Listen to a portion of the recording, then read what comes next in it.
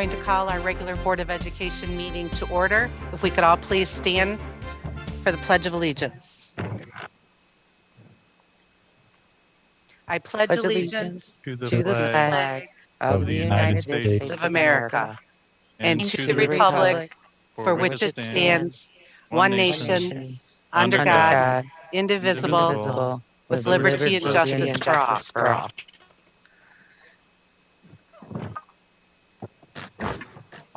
Okay, Chris, our mission statement. At Richmond Community Schools, we provide a quality education that empowers students in a global community. I'll go ahead and do roll call. Jessica? Here. Kyle? Here. Sandra? Here. Angela? Here. Sherry?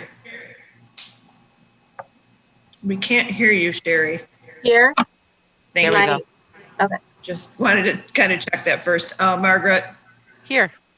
And I am here, and we have a quorum. Thank you. Next, I'm looking for a motion to approve the agenda. So moved. Support. It has been moved and supported. Is there any discussion? Hearing none, all those in favor, aye. Aye. Aye. Opposed? Motion carries. Next, a motion to approve the consent agenda as presented. I motion to accept the recommendation of the superintendent and approve the consent agenda as presented in the attached documentation. Support. Been moved and supported. Any discussion? Mr. Walmsley?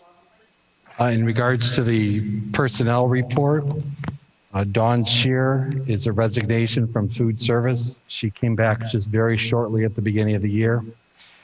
Linda Grillo resigned as the lunch supervisor, but she's still a bus driver in the district. For new hires, Laura Fraley is a lunch supervisor at Lee Elementary School. Stacy Patiglio is the kindergarten teacher based on count day numbers, and I believe Stacy is online. So Stacy, if you want to wave. She's our new kindergarten teacher. Chris Baba is the middle school PE video productions teacher. I don't see Chris on Zoom. And Andrea Pesarelli is she's a district employee paid out of Title I, but she services St. A's Catholic Church, but she is our district employee. Those are the new hires. There was no questions or comments on the check registry. Okay. Welcome, Stacy. Thank you so much. And she introduced herself today as the official first day as a Richmond teacher today at the Lee staff meeting. So welcome, Stacy. Yay. Very nice. Excellent. Thank you very much. I'm really excited. Great. We're excited to have you. Are there any other questions or discussion? Hearing none, all those in favor, aye. Aye. Opposed? Motion carries. Good luck, Stacy. Thank you so much. Next, our bond update. Mr. Walmsley. At the last board meeting, we talked extensively about the middle school and high school renovations, as well as the site plans, which would be the roads and the parking lots. At the end of this week, those bids will be going to AUK to put the final package together to go out. We'll begin collecting bids for those companies that are wishing to bid on these projects. Based on the conversation at the last board meeting, as well as some comments I received from individual board members regarding the parking lot at Lee, we are bidding it to expand the parking lot. So there'll be approximately 48 more parking spots. So if you remember that visual of that grass area for future parking lot, it will all just be a parking lot now. So we are going to bid it so that it captures it now. And are we going to talk about the size of the spots? Like the ones in front of the school are really they're tight. The size of the spots. Okay, I will double check with that. I think the ones in front of the building there's a certain tight. standard that a parking lot has width-wise. So, but I I will would have have to to have a agree bond meeting tomorrow. So I will ask them. Other than that, there's the brick was delivered for Lee, so you should start seeing the walls go up on the addition. The foundation was finished being poured last week. So that will start coming along. The decking material and everything is now on site.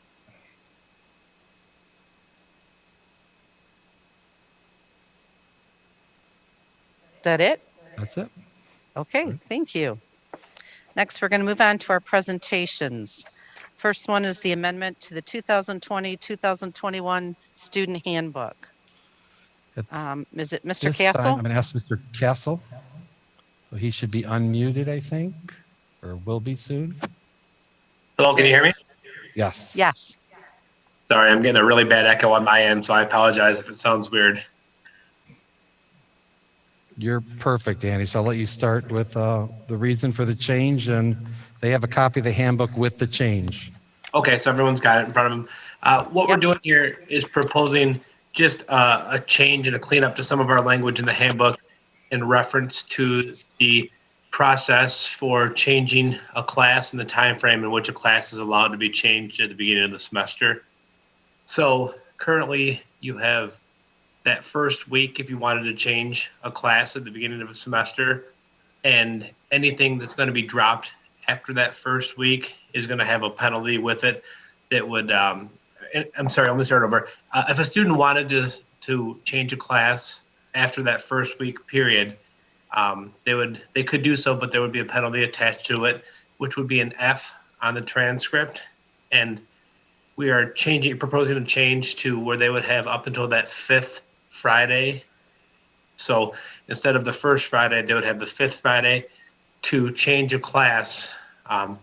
They would still have an F attached to their transcript, but they would have the opportunity to regain that credit by taking an online course, which brings us to the other change. Is there was currently kind of some conflicting language in the handbooks. On one hand, our handbook stated that you had to have a full 6-hour schedule, while at the same time allowing for a student to drop classes as long as they had the parental permission and they had the signed document. So on one hand, we had something saying you had to have a full schedule, while on the other hand saying you could drop a class. So we kind of want to clean up that language to what the current language would say is that you were allowed to change a class after that initial 5-day period, but there was a penalty of an F on the transcript attached to it.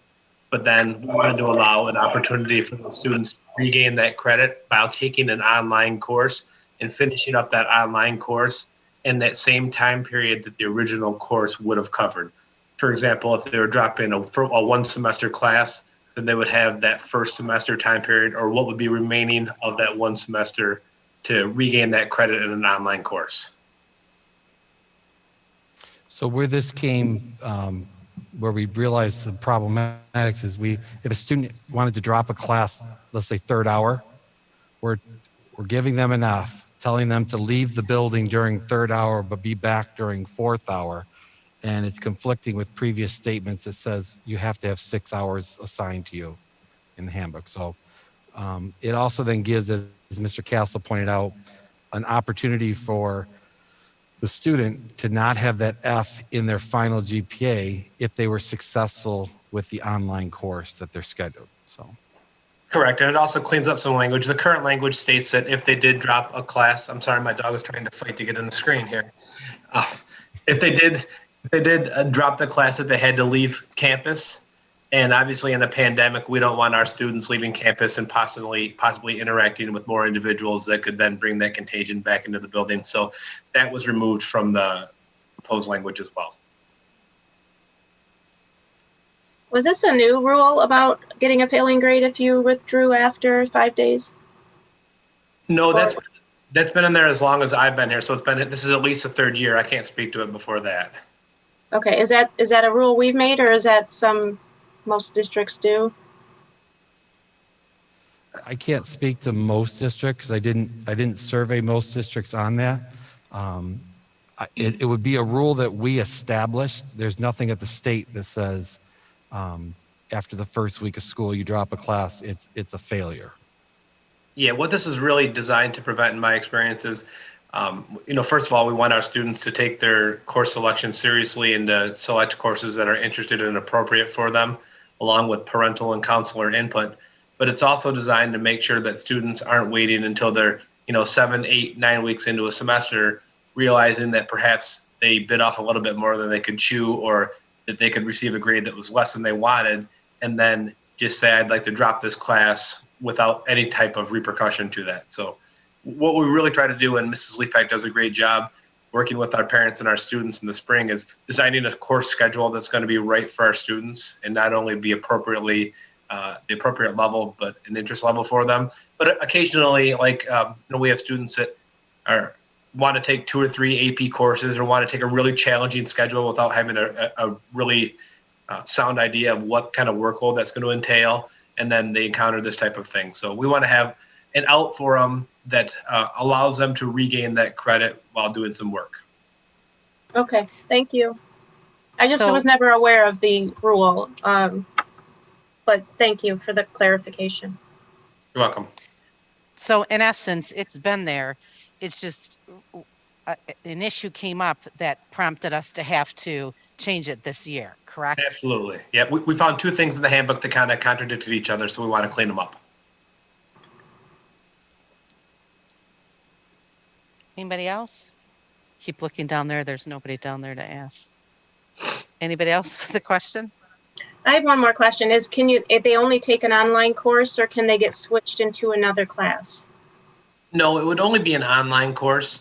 And the reasoning for that and the rationale is that, say, for example, they're in the 6th or 7th week, to put them into a physical class, they would have missed so much content and so much work that it wouldn't be appropriate for them to earn credit in that course, or for them to try to catch up at that point. You're so far behind.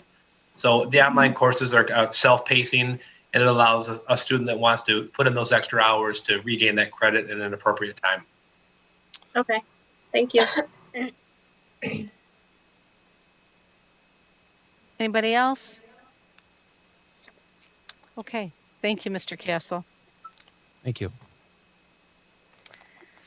Next, fiscal year 2021 budget reductions review and discussion. Okay. In June, the board passed the original budget that indicated. Can you hear me now? Now I can. Okay. In June, the board passed the original budget, which indicated a $700 per pupil cut. What we have since realized is the state has found a way to get rid of that per pupil cut. And so we actually received our per pupil foundation allowance from last year, October of 2019, which is $8,111. In addition, the state has given districts a one-time approximately $65 per pupil dollar value. So in June, the board spent, even months prior to June, the board spent countless hours reducing the budget to be able to have a balance. So tonight, you have an opportunity to look at putting things back in the budget. So I'm going to share my screen with you. Okay, let me minimize this. So when you look at the per pupil, and I base this on a per pupil blend of $1,458, which equates to about $1 million in additional revenue. The document you have here that is in your packet is some things that the board should consider. So for instance, we assumed the budget was going to collect $55,000 in gate receipts. We are not collecting gate receipts, so we need to assume that we're not going to have that revenue. Sorry. The theater participation, the pay to participate. If we assume we're going to be able to run at least one of them, and based on current situations, it doesn't look like that, the most we should be able to assume is half of that dollar value. we assumed almost $12,000 in admissions for the K-12 performances. In the budget reduction, we had multiple teachers that we had reduced. We have put back over the budget 3 teachers in kindergarten, first, and third grade to reduce class sizes. The items that are in the reddish pink lines are the settlement of the REA contract and the non-union raises that the board approved on September 28th. The items that are in green are actually expenses we currently have in the budget, but we don't need those expenses because we don't have anybody on layoff. So when you add this all up, and again, on the left side, you'll see all the pluses and minuses that we dealt with back in June. I'm gonna go down to the bottom. That leaves $381,000 left to reallocate. Here's that $65 one-time per pupil allotment, which is approximately, when you add the two together, about $476,000. Currently, our enrollment is up, but I didn't budget any of that or put it into consideration at this point because we don't have it audited and it's not official. So this is numbers that we do know based on a flat enrollment.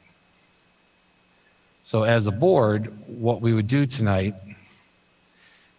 if you just choose to put something back, we could, and I'll just use an example here of this $17,200 for supplies in the elementary, the curriculum. If you wanted to put that back, we can add that to the list, and then it will give us a running total as you get down to the bottom.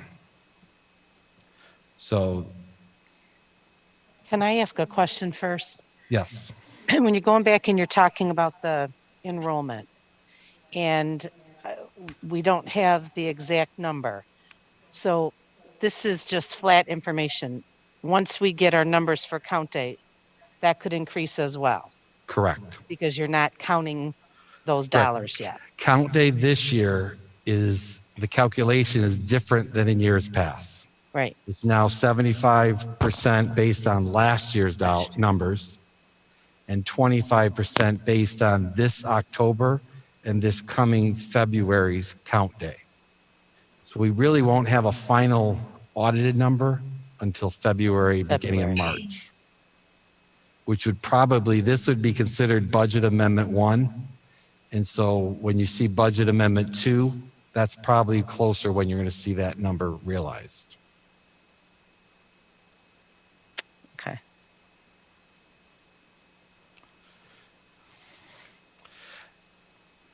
So again, as you go down to each function code, I took what was on the list.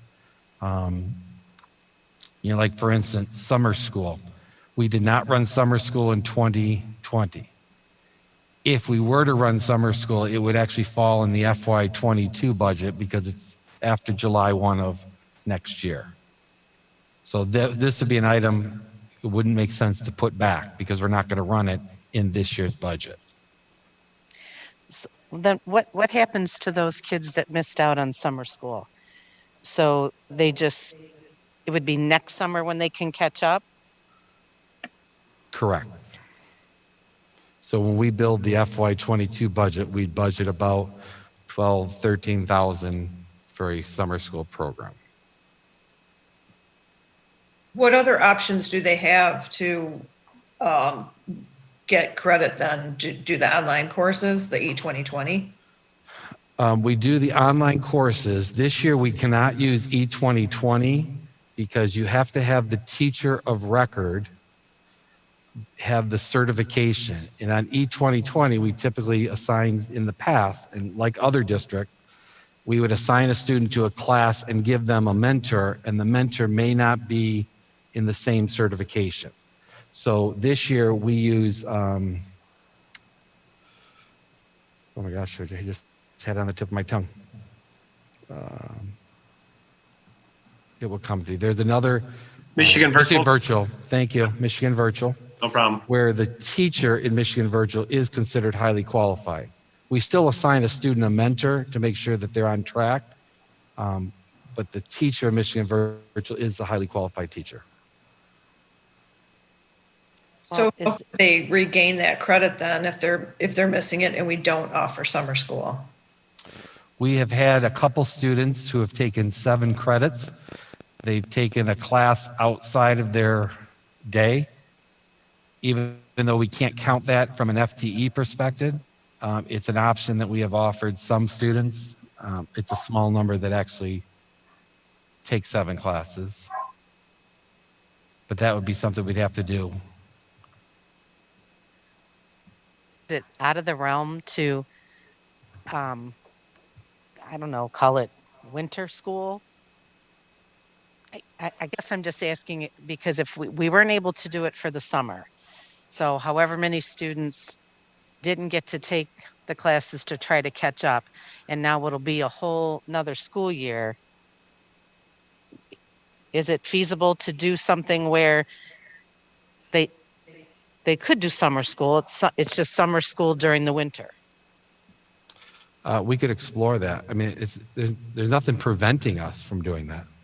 Like on Saturdays or Saturdays, something? yeah. It would be, we'd have to I don't know, I'm coordinate just- the instructor to make sure they're available, and then Right. have to outline if it's a Saturday, X number of Saturdays. Typically, it's a 3-week window. We usually give, I think, 3 to 4 week window that we give them to finish the online course. Some kids finish it a lot earlier because they just want to get it done. Some, they take the entire time. Right. But we can definitely, I can explore that with. I don't know. I'm just saying, I don't know what anyone else thinks, but it concerns me to say we just wouldn't do anything with that money. We'd wait till next year if we had the ability where they could do something during this school year and get caught up before this school year is over. Yeah, and I would Do hate to leave somebody behind on credits. Do we have an idea of how many like seniors would have been affected, like Right. would have went to summer school? Right. I do not have that here with me. I'd have to do some research with Mr. Castle and Mrs. Leapak. Not that it's ideal, but like for like the lower class, like freshmen and juniors and whatnot, they could make it up this coming summer. But seniors, that's a little bit problematic. And I know one of the things that we allowed in our plan at the end of last year for our students that were negatively affected by the COVID is we did put a 6-week window in at the beginning of this year for any student who did not receive credit second semester last year. Well, they have an opportunity to go back to their teacher from last year, find out what they need to do to get that credit, and go back and earn that credit. So the teachers are then submitting a grade change form, and we already have had 2 of those kids submit those and go back and earn credit that they didn't get second semester because of the COVID. Okay. Bless you. I would just be curious to have the numbers of how many kids that's affecting. That's what I was going to ask too. If how many of those kids were we working with? Yep, I can get you that And number. I just like to not say we don't have to worry about that money this year if in fact we could do something with it. I like that idea, Do if you it's want, possible. do you want me to put that number back and put it in the budget so we begin planning for a summer program? Well, we wouldn't need to put it until the next year's budget, though. If you're For summer running it school. on- No, if in you're the winter, running- it'd be this year. Right. It is okay. going to go, it is going into next year's budget, but this is money that we took out because we didn't have summer school this past summer. Right. So I'm saying rather than say we aren't going to do anything with it, do we have the ability to do, like I said, a winter school or something? Right. No, I understand. Do you want me to put that in there as a line item? I think we should. Okay. And I'd still like to see the numbers. I mean, if I like kind of what Sandy said as far as what if we don't need any seniors? What if no seniors this year needs, credit recover? The other students could make it up throughout next year or next summer even. Next It summer is still going to puts be, them at a disadvantage though for any other electives that they might, be able to expand into. Sure. So I again would really like the number, but I get what you're saying, Angie. if we'll pull the number of students that are not on track to graduate. I just think if we have the ability, it's something we had to take away. It is important to a certain group of students. So what can we do to make it work this year? Okay. Yeah, no, So- I'm on board with that. I just would like to see the numbers, I guess, before I And was like, maybe we can let's- get them at our next meeting, Brian. So are you saying just to offer it to current seniors or all? No, that's not what I was students? saying. That's what I'm asking for clarification. Just for all of students in the high school, correct? that's how I feel about it. Typically the way Yeah. the summer Yeah. school's been, yes, it's for all students. Okay, Right. just wanted to clarify.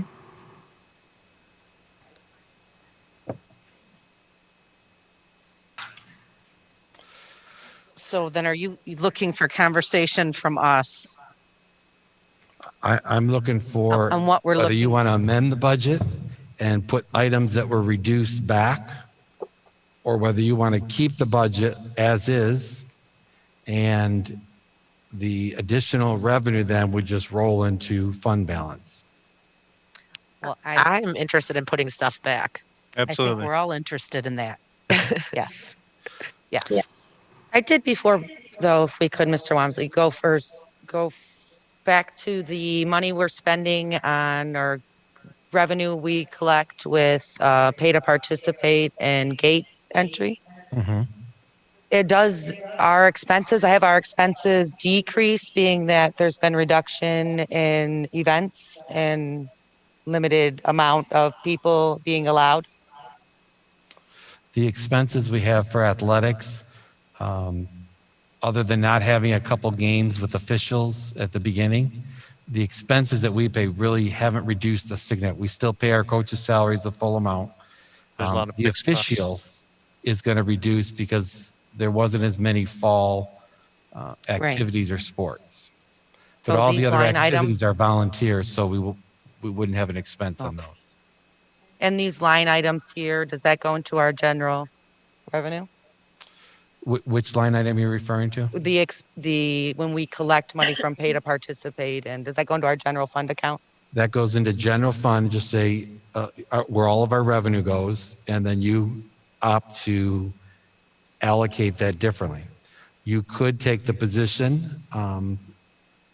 that you want to eliminate pay to participate and not collect the $150, $135 per athlete per sport.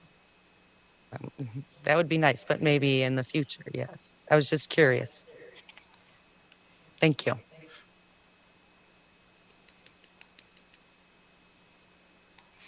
So if we can go this by function code, or if we can go, I mean, if you look at the elementary, we have in function 111, we basically have approximately 259,000 in additional salary costs for teachers for the 3 additional.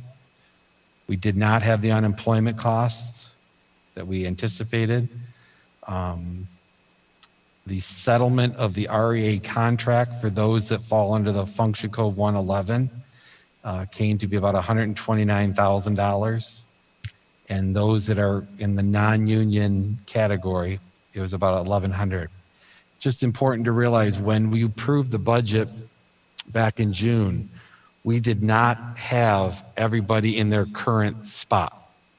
Now that we've gave the assignments in July, moved everybody to the right function code, that's why some of these function codes are up and down, because their salary may have originally been in 112, and I'll use Mr. Day for an example, and he's now at the high school, so his salary got moved to 113. Same thing with the classification when you get into teacher consultants, social workers, et cetera. But the net for the teacher contract was about $340,000 to settle that contract. Okay, The well, net, when let's, you add up the 3% for the non-union, is about $50,000. So it stayed within that 390 target.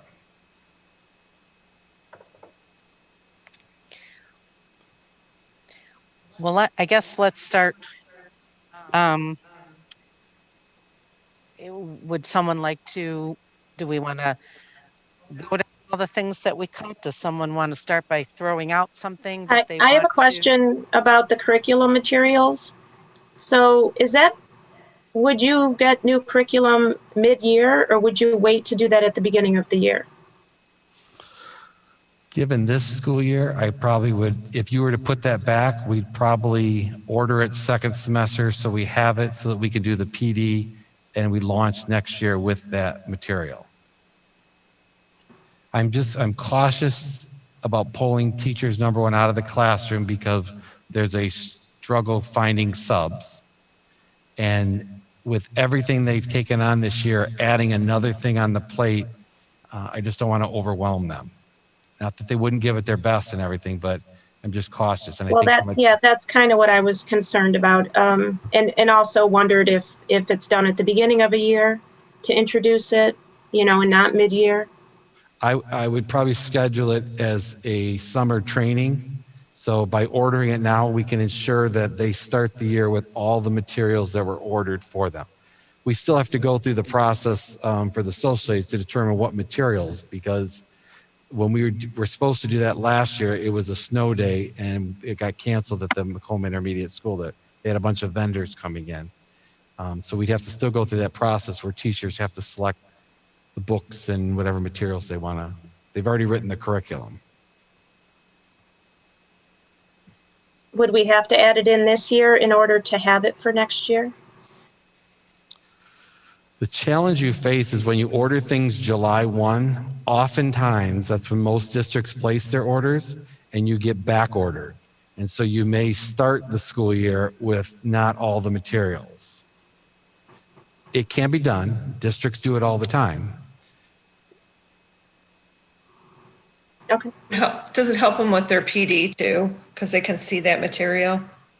Yeah, if we're going to schedule PD and it's going to be over the summer or prior to school starting, we want to make sure the materials are here. Right. The textbook companies do not keep the warehouse of stock that they used to. It's more of a, once you place the order, they print what you need. And they keep very little on hand anymore. So Sherry, is that, there's an item right there. Is that something you interested? Yeah. Or interested? If it's, if it would help to order it now to give them a jump start for next year. I mean, it's for the social studies curriculum, correct? Correct. That would be the focus of this curriculum purchase. So there's an allocation under 111, 112, and 113. Keep in mind the original curriculum budget was, I want to say 25,000. So there is still some dollars in there that we would be utilizing. So if I put the 3 back from the 3 areas, there's 17.2 in each section. So Brian, as we go along, you're going to throw them back in there? Yep, I put them back in on the list right now. That's what the yellow is. I've added it to the list.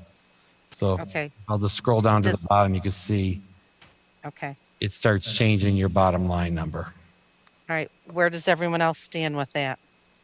I'm good with that. I'm good with it. I agree. I agree. I also agree. Is Jessica with us? Yes. Okay. All right. Sorry, I can't see your face. So, okay. Are we just going to be jumping around then to are we going to go through it or? I can go down the list, whatever you want to start with. People. Because Sherry brought up, I thought we might as well just do it. Yeah. No, I was just wondering how we're going to do it. We're going to do it however you want. Do you want to talk people? Yeah, let's start with people. Okay. All right, so the first one that we currently was scheduled to be laid off would be the elementary dean of students, which would fall under function code 241. I would like to bring that one back. Me Yep. too. I agree. Yes.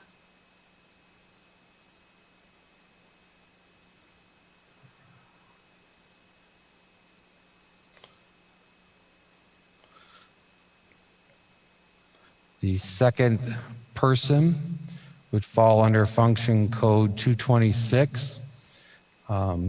It's a contractual obligation that was waived for this year with the idea that if our financial situations change, that position would be put back. So it's the Director of Curriculum and Educational Services. I'm good with that. I am too. Brian, what would this position do that's, not already being done? Well, it would take off some of the work off the principals because right now they are the curriculum assessment and instruction for their building. They would also oversee the district's testing to make sure that everything is coordinated. They would be the point person for state and federal testing, local testing such as NWEA. They would be the everything instruction. So in the organizational charts, the principals would report to this person organizationally.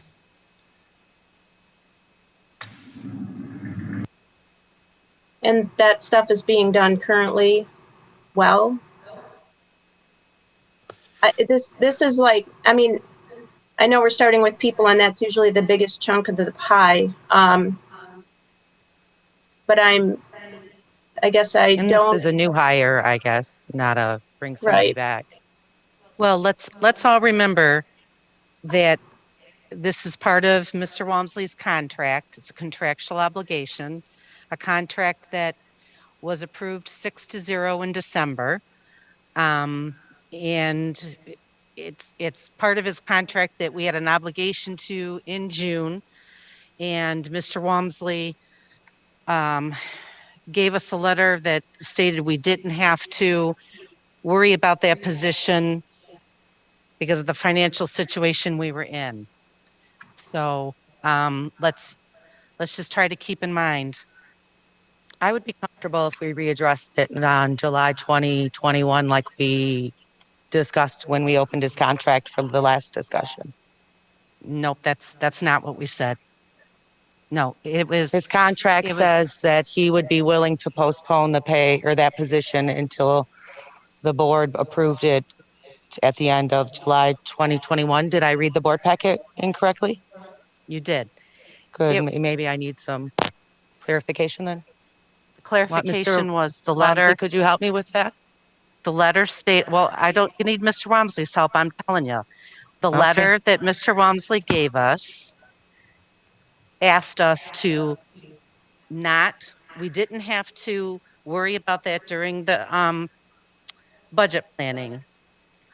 But if between now and June 30th, if our situation came where financially we were better, that this be something we discussed before or as we were putting things in place. So that's where we're at right now. I agree, but I think that when we discussed it, we're not that much better off. I'm just not ready to add another position at the moment. I'm thinking that I would be willing to address it at a different time. Then if I were you, I wouldn't have voted for the contract when you voted for it in December. Because I thought the contract said that we would all have to agree. It wasn't just whenever he said, I want this now, I want it reinstated now. No, I thought it was a discussion. Actually, what it says is to support the superintendent with the daily and operational needs of the district, the school district agrees to minimally employ the following exempt positions: administrative assistant to the superintendent, director of business and management services, payroll and employee benefits coordinator, purchasing and accounts payable coordinator, Community Liaison and Public Relations Secretary, Director of Curriculum and Educational Services, Food Service Director, and Transportation Director. The superintendent shall have the discretion to appropriately adjust the title and/or duties of said positions, and the FTE status of each said position shall be mutually agreed upon based on the operational needs of the school district throughout the budget process. Beginning July 1, 2018 through June 30, 2020, the school district and superintendent agree not to employ the position of Director of Curriculum and Educational Services. So when we were doing our budget talks, that's when Mr. Walmsley gave us the letter that said, because of where we were looking at budgetarily, that we did not have to look at that position to try to fill.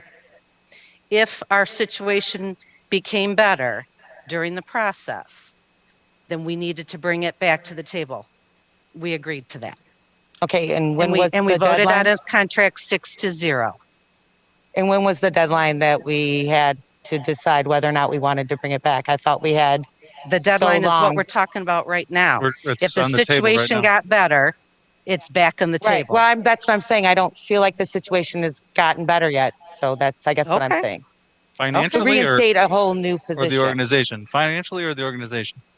Because it's clear the financial situation is much better. Absolutely. As it long is. as nothing more happens within the next year that ends up happening. We did get a budget increase, but do you guys just realize how lucky you were saying we even got a budget increase now? I think we We we're were all very planning aware of just that. a month ago for 700 per pupil decrease. and we So got why lucky. would you think that might not be a possibility in the future soon? Well, but Angela, if you want to look at it that way, then let's not put anything back.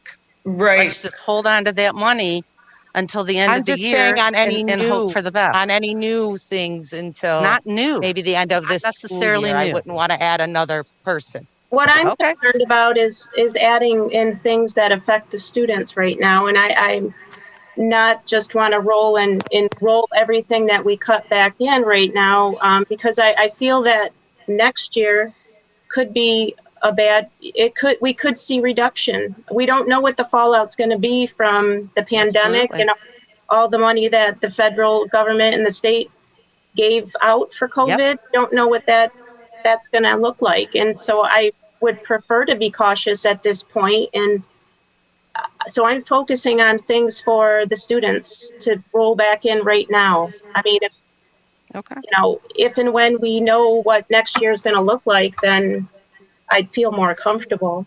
So But let's, can we But talk by about making that idea? statement, you're going against the contract that you voted for, the agreement that you made with the superintendent. That's what I'm trying to I know, say. I understand, Margaret, and he also, waived it, and that was, due to the pandemic and that, and I understand it was a conversation that he said that he'd like to have with the board, and this is what I'm thinking, so I understand that. Okay. And I respect what you're saying, Cher, but also how much more do we expect from our employees? I mean, the principals. I mean, if this is going to take a load off of them, I just with what they did this summer and coming in and everything else. I mean, I just think it would be a benefit to have another person. I guess that's where I wanted to go with the conversation. If Sherry, if that's your thought process, Sherry, Mr. Walmsley, can you let both her and Angie know how this would affect the students directly? Well, this person would be directly responsible for choosing the materials with the teachers. Right. It's everything that the instructional aspect falls in the leadership of this person. If this position, if you choose not to put it back, then I would recommend don't put the curriculum, because we're not going to purchase any. There will not be time to purchase. There will be nobody coordinating that. I mean, I look at, and I'm going to use Mr. Koshin as an example. The amount of time that he's been taken away because he's had to do COVID issues. There's hours. It's like probably 40 hours that he's dealt with on contact tracing, contacting families over. That's taking away from him being able to do his job in the building. Now we're asking, and our principals have done it to the best of their ability within the time, But we're asking him now, contact vendors, start reviewing books and materials, as well as evaluations. They have 2 walkthroughs and an observation has to be done each year, each semester. There's a lot we're asking our principals. I can agree with that sentiment, and I just wanted you to reverbalize that. I think that this position is much needed for our district to stay relevant to the needs of our students on a daily basis and in toward the future. And I would be in favor of standing by the contract that we had agreed to. I also perceive this position as somebody who could potentially be our future superintendent. I mean, Mr. Walmsley's not going to be around forever. So we need to start grooming somebody now for some succession into that role. I personally do not feel that we are a big enough district for an assistant superintendent, which is what the position to me sounds like, even though I know you're saying director of curriculum. But is that even what the teachers prefer? Do they prefer to have somebody to tell them and plan their curriculum, or do they choose to kind of do that on their own, or is it a collaborative measure? Let's hope it's collaborative. I don't Well, see do we this know that? person. I don't see this. You don't think our curriculum is a collaborative I didn't, thing? I'm saying, is that the way that our well- teachers would prefer it, I suppose. I mean, I understand if you're saying it may lessen people's workload. I can appreciate that, but sometimes people would rather the workload to be able to have the more control. I know students are already struggling with standardized testing and teaching to that curriculum. To take away more of their power and choosing their curriculum I don't know if that would hinder their classroom in any way. Well, or this position isn't taking away anybody's power. input, maybe a little less say. There would be no less say. That doesn't even make sense. When you're the director of curriculum, that means you're in charge of the curriculum. I mean, I know you'll be collaborative, but wouldn't they have the final say? This is a common structure across Right. many learning institutions in the United States. I understand that, Not, but not not every the size of our has it, district. and not the size of our district. It's not common to have that. We've had curriculum directors before, people. Right. If you're This isn't concerned about a curriculum director, we've had them before. Was there one before Mr. Berkmeyer? Yes. Yeah, there sure was. Yeah, Because we've done Sharon a Hiller, few years without one because we and we suffered decided that from a it. maintenance. Yeah, just because And we we go suffered from it. doesn't mean that that's the most beneficial way to be doing business. I'm just saying I'm asking, is that the most beneficial way to do business? I mean, I would be willing to maybe, I don't know if we could reach out to the teachers or the administrator. I mean, are you saying that they prefer it that way as well? Well, I think the recommendation's coming from our superintendent. Who works So with them every day. I think let's focus on that for a minute. The leader of our district. So let's focus on that. I was wanting Sandy? to speak about the position and who they would be interacting with, because this person will be interacting with teachers and administrators more than Correct. Superintendent Mr. Walmsley, correct? Or a little bit, the same amount of time? Are you referencing me? I guess must be asking you. Yes, I mean, All right, I'm sorry. I thought it was a conversation. I was asking, are they this- going to be spending the majority of their time collaborating with the teachers and administration or with you? It would be teachers administration. That's where the majority of if you think about it, our business is curriculum. Who is our leader? Curriculum and instruction. Who is our leader that is their sole job? The positions that are in this contract were identified because those are key positions in this district. So for instance, take Tammy's position as business director. It would be foolish not to have a business director. I understand. If we looked at transportation, we have to have someone understand transportation. We're not talking, I'm asking about the, Yeah, and we Director are of in the business curriculum. of educating students, so you should probably have somebody in charge of the curriculum. okay. So Sandy, we it's didn't hear just from you. curriculum is their duties. Pardon? I didn't hear that. Just curriculum will be their duties. It'd be curriculum instruction and assessment, which is a broad category. So we're looking at instructors. So for instance, if we had new teachers, which we do, who's coordinating their training for CITW? Right now, it falls on the principal. If we have a new curriculum adoption, the coordination of working with the companies of purchasing materials, processing it, the professional development for the material, who's doing that now? It's the principal. We have put a lot on the principal's plate over time. You know, we do not have someone that regularly participates as county level in the curriculum piece at the county level.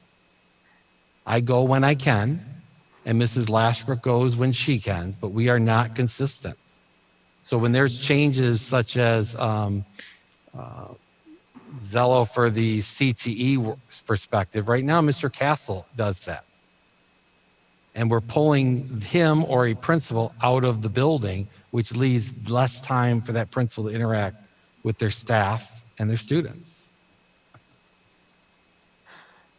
Right. I mean, I just feel like this is probably huge for the principals. They've already taken on so much, especially during this pandemic. Like, I feel like this is going to help them more than anybody. I mean, I feel like that directly affects the students. The other thing you need to look at as a board is operationally, who's in charge if I'm not here? And I say that, I don't mean to sound facetious or anything like that, but you know, a couple months ago, there was a medical condition that I had. I'm out. Who's in charge? Isn't it normally the high school principal or whoever you deem? Or it's been deemed Tammy's been in charge. Tammy's background is business. It's not instruction. I mean, she does a great job. If I ask Mr. Castle, if you're saying the high school principal, now I'm pulling him out of his building. So to me, that's again becoming an assistant superintendent, not director of curriculum. If that's what your concern is. If this was an assistant superintendent level position, your pay would be completely different. Exactly. This is going to be a starting position for someone in the county who wants to go on and do bigger and better things. I look at this as, and I don't remember which board member mentioned it, a succession plan. You know, there's going to be a day that I will retire. If the board at that time approves this person, that would make an easy move into that. Doesn't mean it would be this person. And you'd be responsible for hiring this person? I'm sorry? You would be responsible for hiring the director of curriculum, correct? I would have an interview committee put together. I would ask principals to be on that. I probably would ask teachers to be on it to get their perspective, much like we do for any of the positions that I'm involved with. At the building levels, the principals interview, they interview themselves or they bring a team of teachers in and help interview for other teachers in their building. This one, I would look at bringing part of the team in.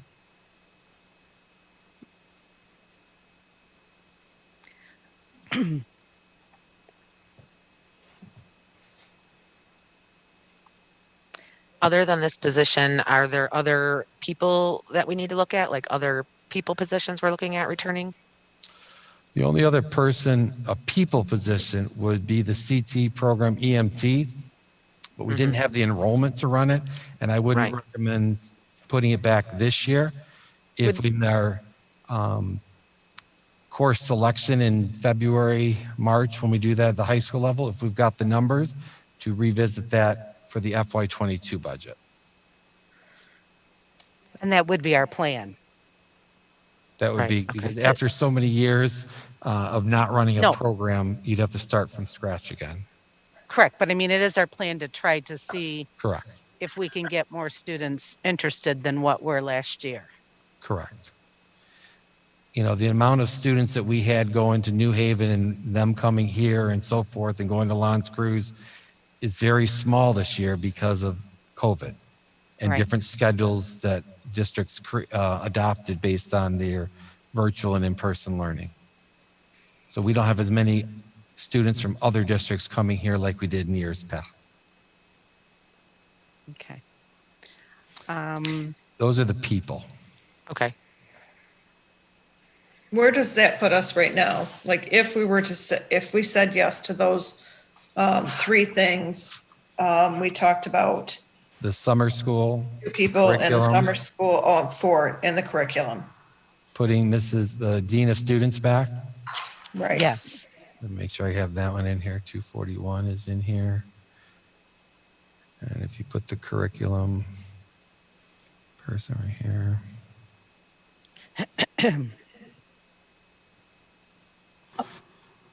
You're at 93,000 still to allocate. When you take into consideration that one,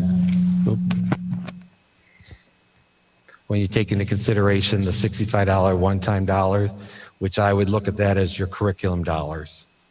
You know, it's a one-time purchase, and every year you look whether you're going to put that money in there. So I think it was Angela that had said something, about the what ifs. And so, should we be setting some money aside for the what ifs? What if we, this COVID goes on longer and we have to continue to employ those employees? They're already in the budget, correct? All the employees that we budget for are through the Tuesday before Thanksgiving. So we would have to add additional funds for that. Correct. And do we have an idea of what that would cost us if it went through, say, the end of the school year? September, October, November, 3 months, 50.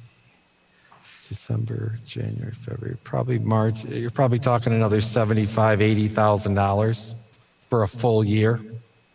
And that's the 6 substitutes that we have. Actually, we have 5.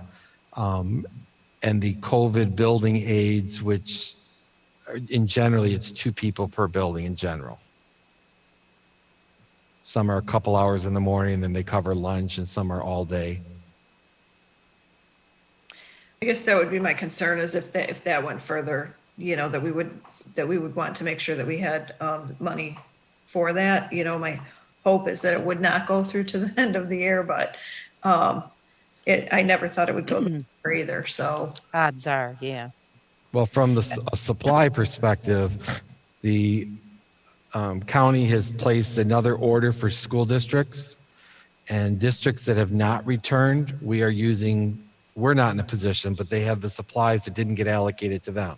So for instance, Warren, Chippewa, and Utica, 3 large districts, so 2 of them are starting to come back now, but they haven't been using masks. They haven't been using cleaning supply. So those have been reallocated to other districts that have been in school already.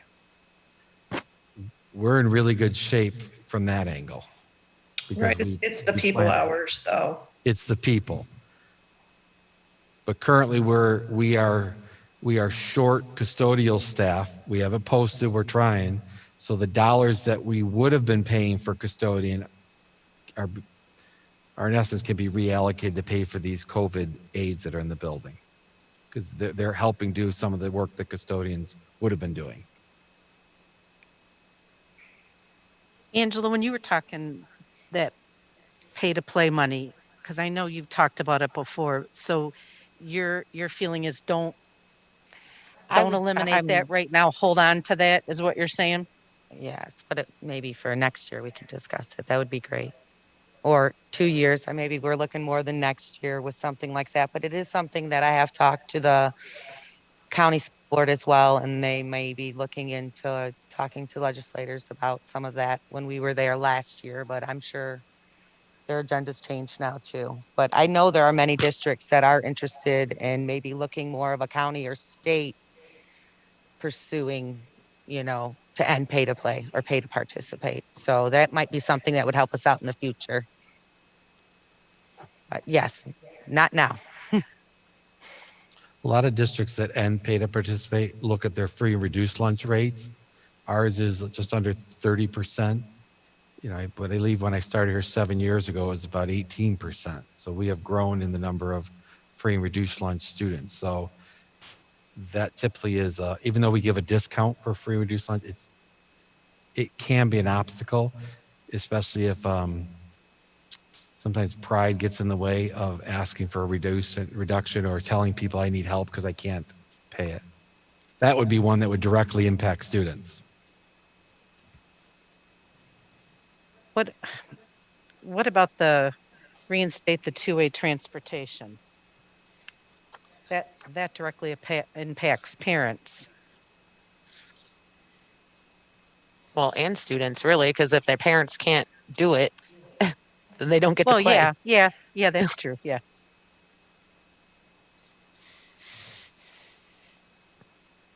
And keep in mind that dollar value was estimated in June. We didn't expect a June that we didn't have, like some of the games we haven't played. Their season started later, so. Right. But that was the ballpark that we estimated. Does anyone have a problem with putting that back? I'm good with That's adding it actually back. on my list to ask to put Yeah. back. Is it? Yeah. I agree. I'm okay with that. And this is transportation for all programs or just athletics? The transportation for other programs, unless it's a part of the curriculum, and I'll use like marching band, they pay out of their internal accounts. So this is primarily athletic. There are some, like we've gone to some events at the ISD diversity summit we went to in just, November in years past. The district paid for that transportation. What about I guess I was thinking of clubs like Robotics Club or some of those other ones that have big teams, that kind of, but aren't athletics. They're more. We typically have not done two-way transportation. And the reality is having enough bus drivers to be able, just because we put it back doesn't mean we're still going to be able to do it. We still struggle getting bus drivers. In the spring, it's most challenging for spring sports, particularly. We don't do transportation on the weekends. That I believe was 2 budgets ago, maybe 3. But it would take if we are able to provide transportation, it would take a burden off families that they know their child's coming back. It would help coaches because a lot of times they're left there and with 3 or 4 kids, they got to figure out how to get home. Right. Or some, ride, they got stuck in traffic and the ride didn't get there. Has there ever been anything here as far as like maybe an after-school activity bus that runs to bring students like the after-school practices home or anything like that? Some districts do that. So after, like a club meets after school and then the bus runs after they're done to get them Yeah, home? like at 5:36, it makes one last run through the district for all the kids that are done participating for after-school programs, maybe. I could say since I've been here, we have not explored that as an option. Now, I say that, but like on Wednesday, we have a half day and the seniors are taking the SAT. We do have a bus that will come back to the high school and take those students home because they have to stay beyond the school day to finish the SAT. So we've done things like that, but it's been more tied to a requirement or a course. But I think that's an interesting thought for down the road, that it maybe more kids could join or be in, because if mom and dad have to work, if they know a bus is going to take them home, it might be something to think about down the road. I think that's a very interesting idea. Because it could just be one bus. Right, because it probably wouldn't even fill up a bus. One. We typically, when we've done the summer school programs, we've run 2 buses, a north bus and a south bus. Otherwise, if you have them all over the district, it could be an hour it takes them to get home. Right. Brian, what's the odds with the academic state competition and athletic state competition if we put those dollars back of those things happening? Well, I mean, if you look at the football season, they're doing a playoff and they're, Okay, I guess I'm more leaning towards academic. Are those kind of things? I would envision them being more virtual rather than in person at this point. But things could change in 3 months, 6 months. If I was a betting man, I would say it's going to be more virtual. Like, for instance, the marching band, they're videotaping themselves where they would normally go to, I think, Port Huron and do their competition. They're videotaping, Right. they're sending it in. So it's somewhat of a virtual competition. Oh, okay.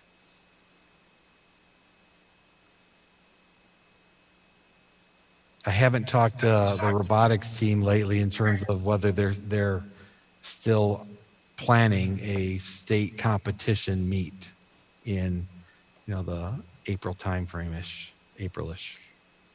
I mean, I because think I'd they're like to still see waiting those. to learn too. I'd like to see those two things go back in, just because those are for kids. But it might possibly that we don't even spend that money.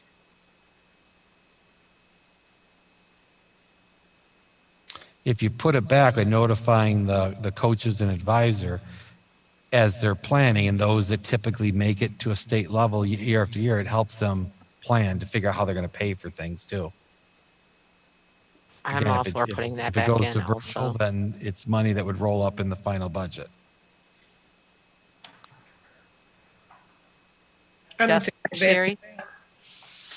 Yeah, I'm okay with it. Like you said, I just don't know if it'll get spent. Agree. Want me to put it back? I think Kyle's nodding his head.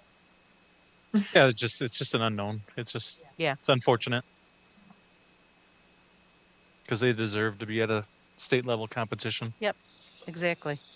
Activity. And I think 219 is the other one right there.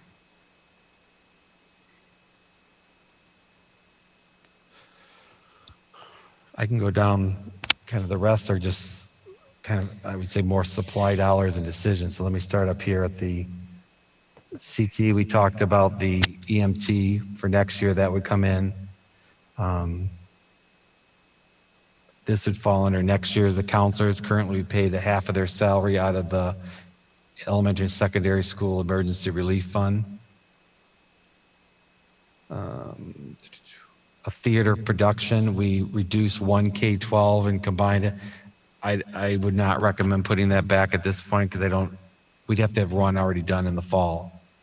But our plan is we're going to have one. Yes. Okay. And this is just because it's almost November, is what you're saying about Yeah, putting that if we were back to in put there? it back, you typically have a It should have performance in started already. November and then one Okay. April, May-ish. We've already purchased computer tables, so I wouldn't recommend putting that back. Under the board function, this audit management services were for the bond services. You could look at putting advertising budget. We didn't do very much school of choice advertising this year. We do have another round in January. I'm good with leaving We that reduced a alone. lot of the printed materials, board expenses. Our stuff would be the last stuff I'd put back in. Yeah, I Yeah, wouldn't me even too. be interested in that. You can keep scrolling. Keep scrolling. Okay. Yep.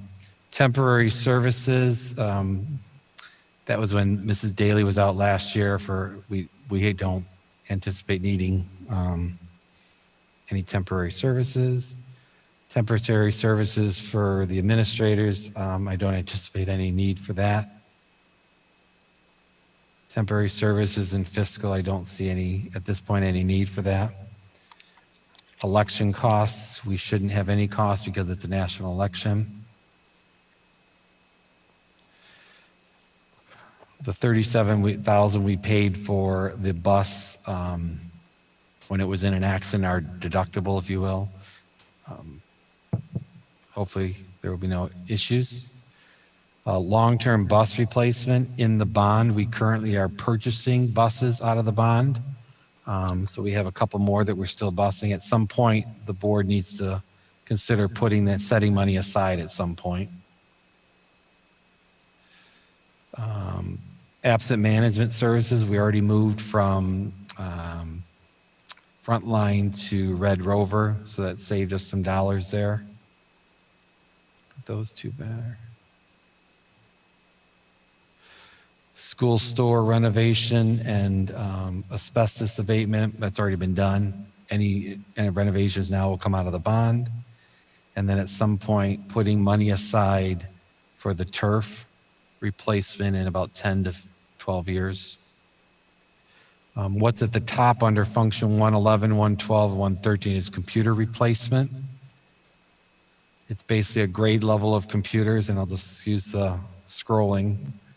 But it's approximately 44,000 each level, so it's about 132,000.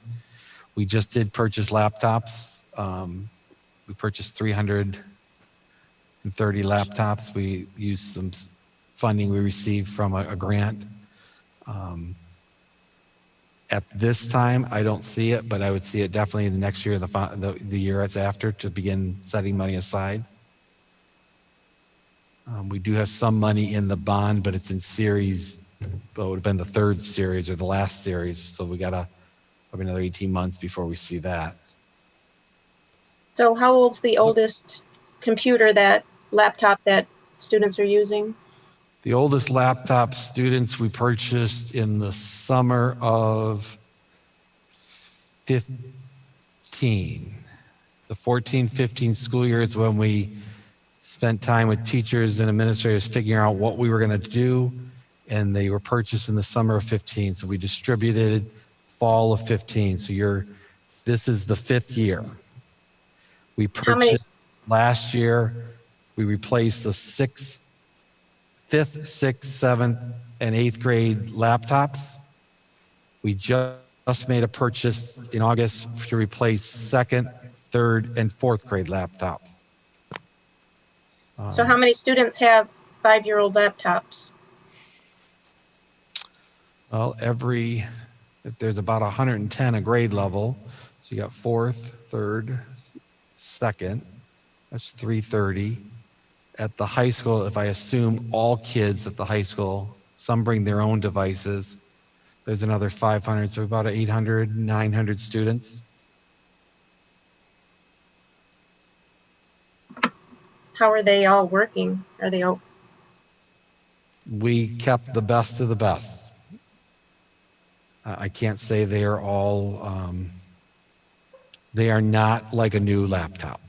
They're a 5-year-old laptop that has been used by students for 5 years.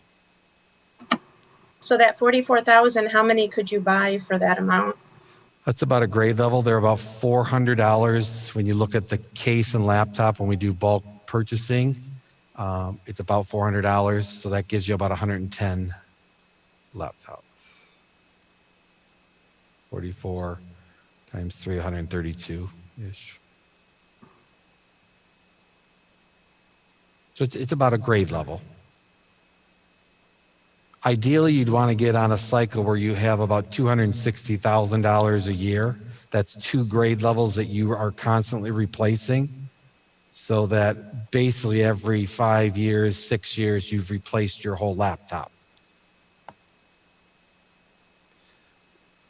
The district has never allocated general funds to that level because they've used bond dollars.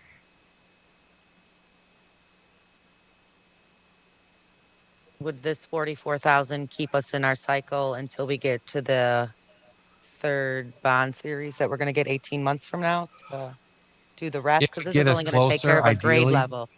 It would get us closer. It would be better than nothing. Having the students allowed to bring their own devices has helped at the high school level. Students are using their phones, their Apple devices, etc.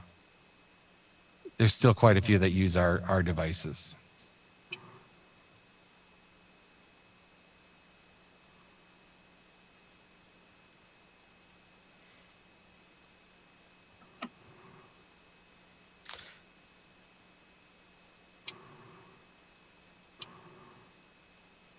Do we want to buy Do we want to do any of those 3 line items?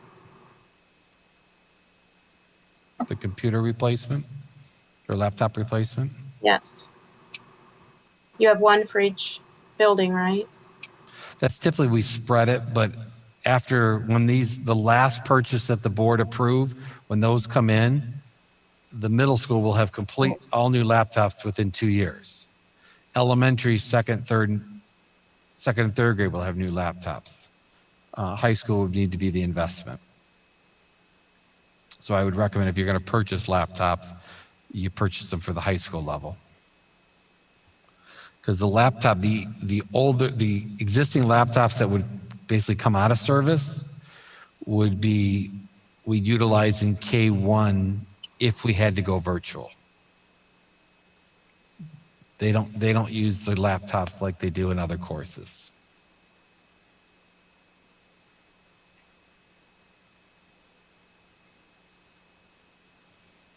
I think it's important for our high schools to have computers that are reliable and, the most current. I mean, I understand. Do we have a count on any, like, who's bringing their own? Is it even enough, or is it so few that we just pretty much assume they all use ours? I don't have a current count. I know in the past it hasn't been a lot. And when I say that, you're probably maybe 50 kids in the high school. But I could look at it. I can get a current count.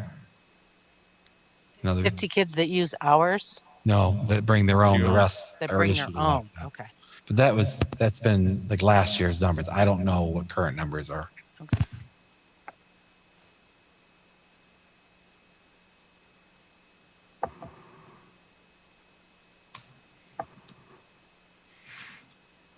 So we want to add it in at the high school? Is that what you're saying?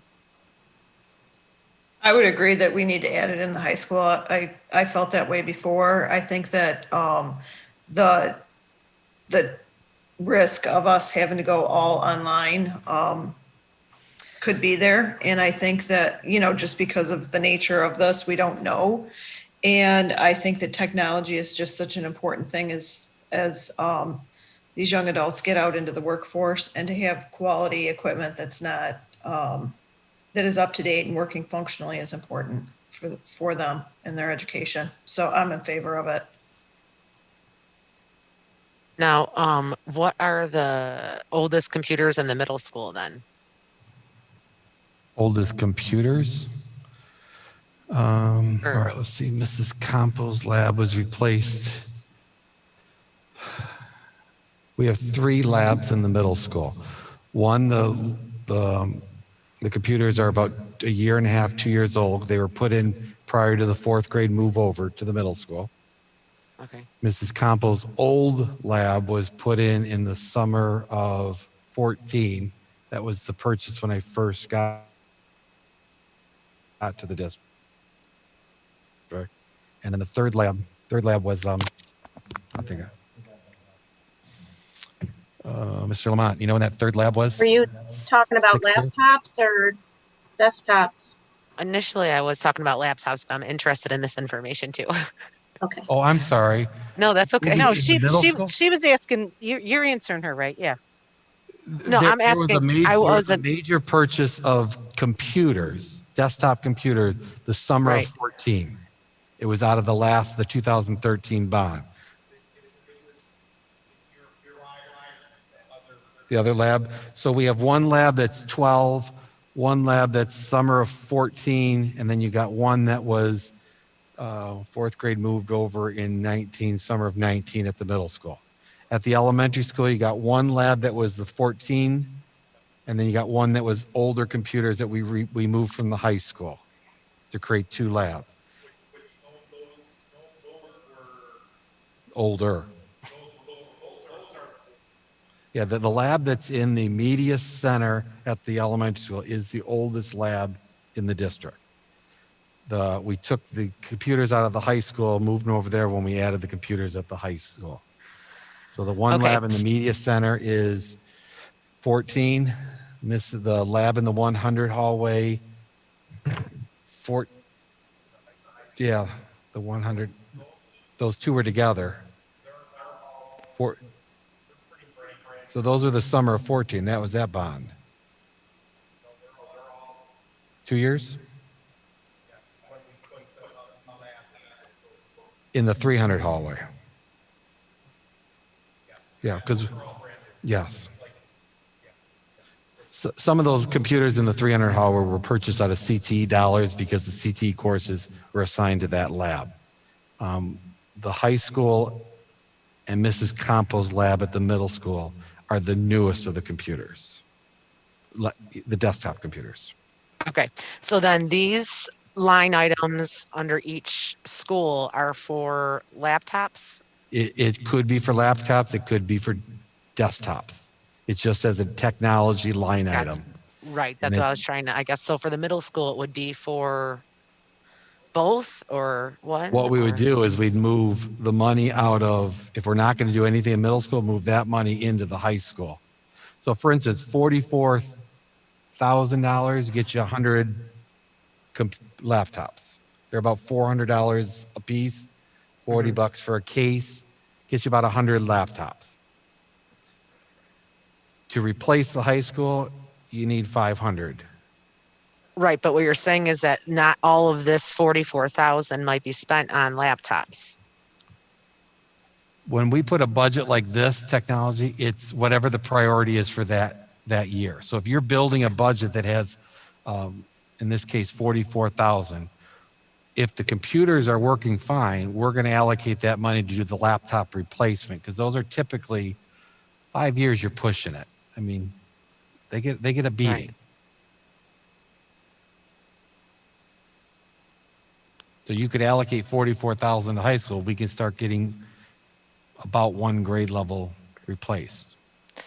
Yeah, I would be for putting it in the high school level. Since you're saying those are the oldest laptops, correct?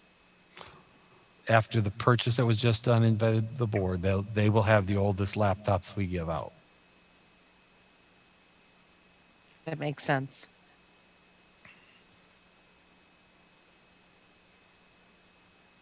Is there room to upgrade 2 grade levels? Well, if I scroll, I put one grade level in there, about 100 laptops. There's a little more than 100 in a grade level though, but if I go down to the Oh, bottom. right.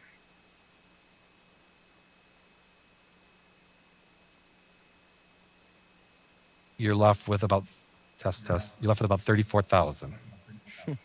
Now, keep in mind, this number down here is it is a complete estimate about when the audit comes in. Right. We're 66 kids up on count day. We get 25% of that this year. So when you look at that $65 and that $81.11, when you do the next amendment, you're probably going to have, again, this is an estimate, another 134,000 that you're going to have to allocate. You've got a administrator contract that's up in June. You've got a food service contract that's up in June, and we'll have a teacher contract that's up in June. Just in the big picture, in the long range. And we have technology we could update as well. Yeah, I put 44 Right, in there. So, I mean, if you did 50,000, that's about a grade level. I'm just going to scroll back up. So I apologize for the scroll for those that are looking at it. Brian, you said that $65 is just one time for this year? It's a categorical. So it's every year those are looked at, and it's been phrased as one-time dollars. Where we want all the money to be put is in the foundation. Right. Because they could easily cut a categorical and move that money somewhere else. So you have the choice to just use it for anything you want right now, is what you're saying? It's money that you don't want to build that's a structural problem. So for instance, if it's about 94,000, if you wanted to put that as, these expenses like the curriculum, like the computers, you may not have next year. So it's that we consider those one-time purchases. It's not necessarily structural that it's going to remain. So you could take that money and do something with You the could do something else extra with it, yeah. technology. Correct. if we're still under COVID rules, and I don't know if that's the right way of saying it, the state competition, those fees, that's kind of, you're going to have the allocation to be able to move that somewhere else at Right. some point too. Right. So in your spreadsheet, do you only have things that are one-time expenses coming out of that balance?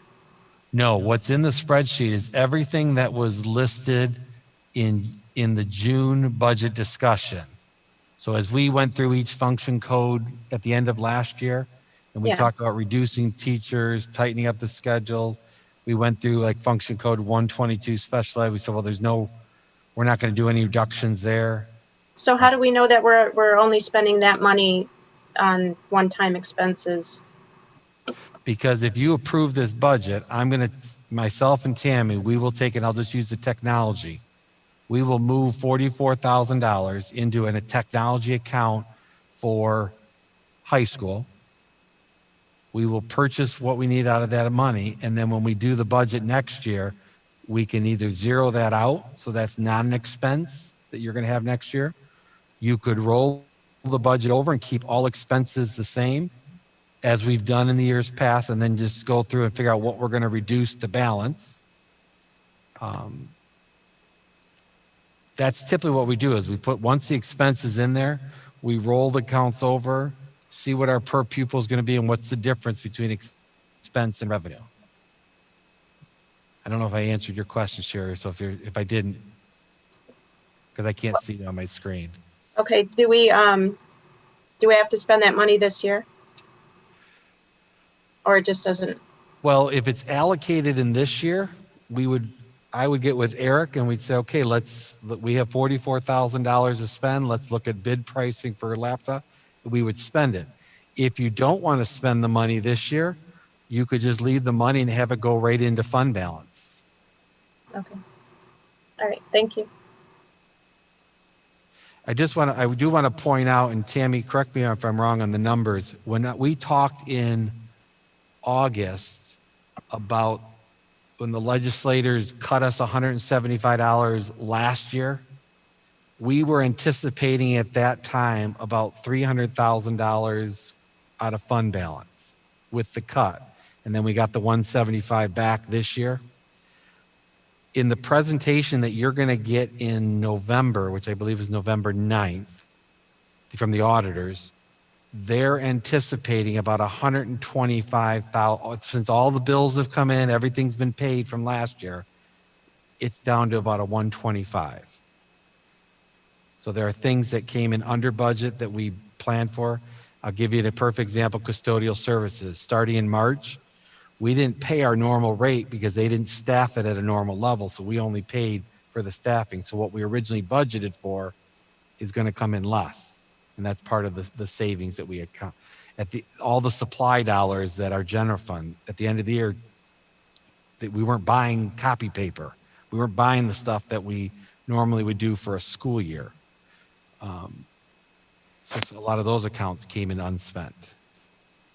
Am I correct, Tammy, on just the ballpark numbers?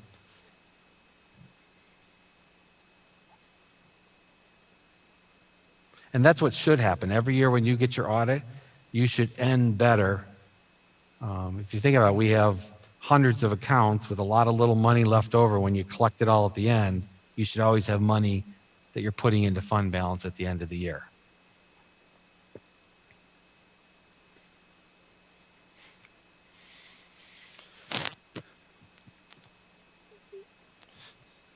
If I scroll down to the bottom where we're at, you have about $34,000. You could take the position, we're going to keep that money and set it aside. That if we needed to extend the COVID aids, if we needed to do some expense we didn't know about,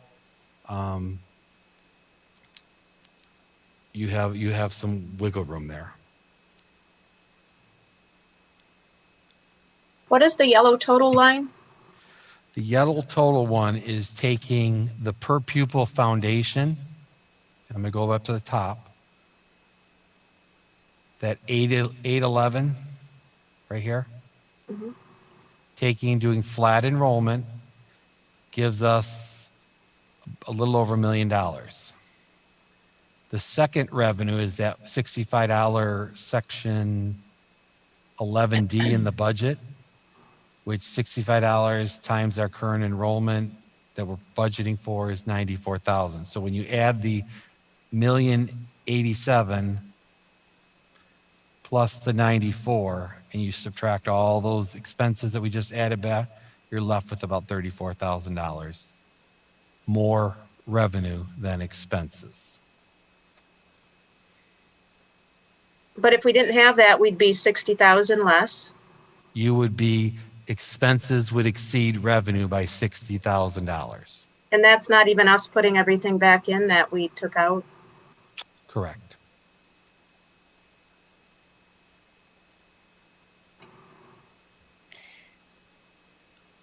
Brian, can I ask the question? We're going to reinstate the Dean of Students at the elementary. I'm assuming that that's not something that's going to happen tomorrow with Mrs. Manguni in the position she's in. What does that do? What reinstating that, or is it tomorrow, or is I it would effective a recommend week? the What's board, we reinstate effective, and I'm going to say November 1, because we have to post that position. We have to find a teacher to replace Mrs. Napier, who's currently a GSRP teacher. The current associate teacher could be the GSRP teacher, but then we got to fill the associate teacher. I mean, there's options, but we're still short one person. So if Sure. Yeah, I was just Yeah, asking. so if you I knew said- there was effective, I think November 2nd is a Monday. November Yep. 2nd, if you want to do it right between a pay period, which would be October 26th, after October 25th, we could reinstate it at that point. October 26th. We get paid on the 10th and the 25th. So in calculating the pay, so on October 26th would start a new pay window. Okay. But what does that do for the amount? Like, is that amount for like a year's salary? That amount was, at the time we did the budget, an average of all the administrators. So we reduce the administrator. It will not be that amount because that's basically a full year's average. That's Right. my Now we question.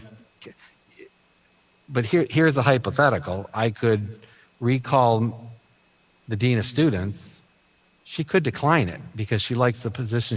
She could. And now we're posting for a dean of student position. Okay. I mean, I'd have to talk with the person. I don't think we've been since I've been in a layoff to have to address this from an administrative perspective. And do I'm as a anticipating board, she'll want the position back. I would think so. I would anticipate that. As a board, does that 10/26 date work rather than the 11/2? Yeah. Sooner Okay. rather than later? Yes. Yes. Yes. Yeah. As long as it doesn't put the classroom in a predicament. Yep, I agree. And there could be a possibility if we don't have someone, Mrs. Napier still in the classroom, if we don't have someone to fill it, but being paid her administrative salary until we get it filled. That is a possibility. Okay. And I think every administrator has been in the classroom at some point covering a class.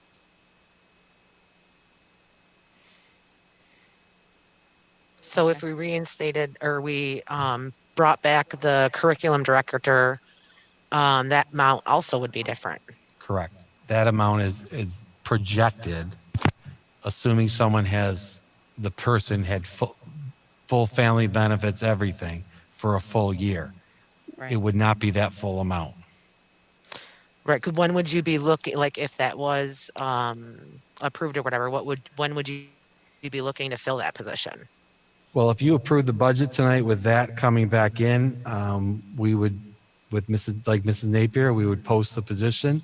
We'd look at applicants. And when we find the candidate, we would then bring it to the board. I'm going to guesstimate it's at least, as a minimum, 3 or 4 weeks out By the time you post it, get the applicants, review them, set up interviews, you're 3 to 4 weeks out. So it's basically another month off so you got July, August, September, October, 4 months salary. That's 1/3 less for this year. And that's 2 different positions. Correct. So our bottom line is going to look a lot better than 34,000. Once all the dust settles, yes, those positions not being the full amount will be different. And that will come through on the second amendment.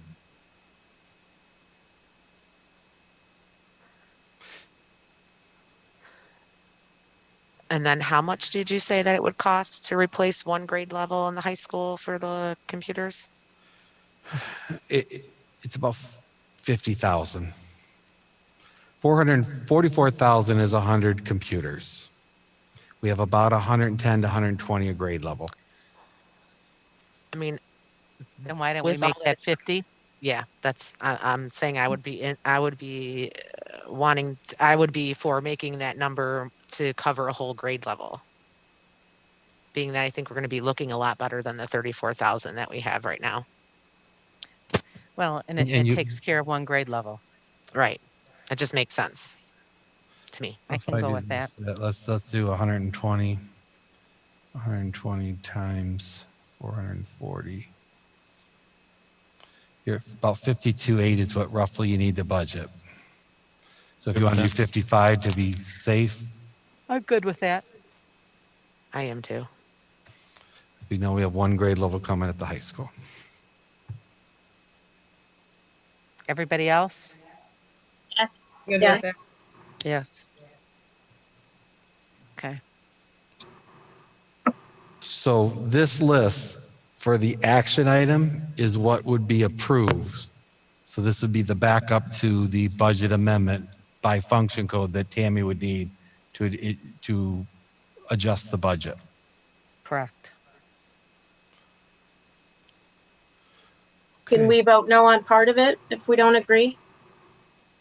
No. No? That would be what we're doing now to get to a consensus of the board. Right. To get to that list so that we can take this sheet and make the budget amendment. Okay. Did we finish going through each line of each thing that we've taken away? And I can glance through it again. Here you go. Here's I wasn't sure if we went through the everything. revenue. So we're assuming we're not collecting any gate receipts this year. Mm-hmm. We're assuming we're not going to collect any paid participation fees for the K-12 theater program. And we're assuming K-12 theater admissions, we're not going to collect any admissions. We are keeping pay to participate. We've put back 3 teachers. We have not had to encumber the unemployment costs. We have put back curriculum dollars at the elementary school. There's the contract settlements. We have put back unemployment costs at the middle school. We've put back curriculum materials at the middle school. There's your contract settlement for middle school. We have put back curriculum materials at the high school. We've put back $55,000 to cover technology laptops, a grade level. There's your contract settlements. We have put back a budget for summer school. It may be winter school. We're going to explore that idea. But this would have to be spent before June 30th. And that might not be that amount either, correct? Oh, no, it would be because that's the check. Okay. I would say it's not going to be far off from that. Okay. There's a shuffling of where staff were assigned. We did not put back the EMT program. That would be part of the course selection next year. We did not put back any funding for counselors, but there's a full-time counselor at each building. There's contract settlement. We put back the state competition support for academics. We did not put back the second theater production. So we're still only planning on running one. Mhm. We did not put back computer tables. That's the 3% for technology. We put back or added the director of curriculum. We did not put back anything in the board function line item. And I believe like the advertising we cut in half. Those aren't, there's still money in some of those accounts. We did not put back the temp services for long-term position this was mine, Pam Daly's position. We put back the administrator, dean of students at the elementary school. We did not put back any budget for long-term or substitutes for administrators. We put back the unemployment costs that we originally budgeted that we're not going to need. Basically, that's going to be zeroed out, that expense. We did not put back temporary services for fiscal services. We did not put back any election costs. We shouldn't have any. We did not put back any bus replacements. We did not put back, we're keeping the savings we'd accumulated for moving our absent management system to a new system. We did put back a budget for state competitions for athletics, as well as reinstate two-way transportation. This is for the basically childcare staff. We did not put back any renovations or asbestos abatement, all that will come out of the bond. And we did not put back any money to set aside for turf replacement at this point. So when you total all of that with the settlement of the REA contract and the 3% for non-union, we're 71. Here's your one-time money. So we should be putting into fund balance $23,416. And then when I come back to you for the next budget amendment, we will have this number solidified more because we'll have the audited enrollment. But at this point, we're estimating another 134,000.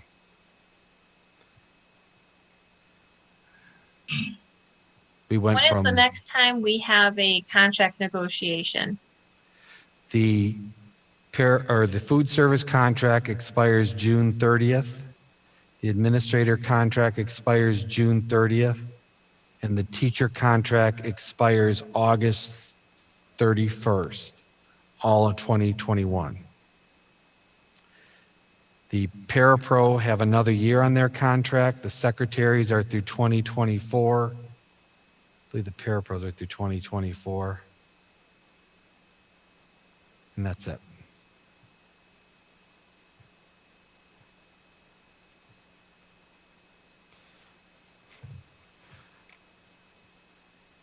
So I guess, is there any final discussion, any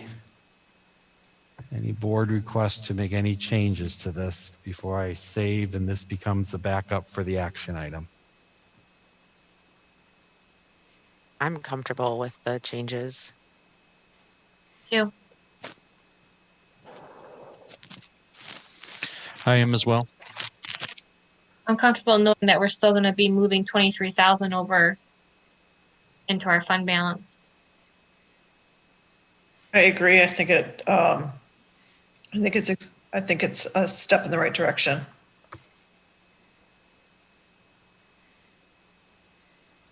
I don't always say positive things about our legislators, but I will say they had a commitment to protect schools and they came through.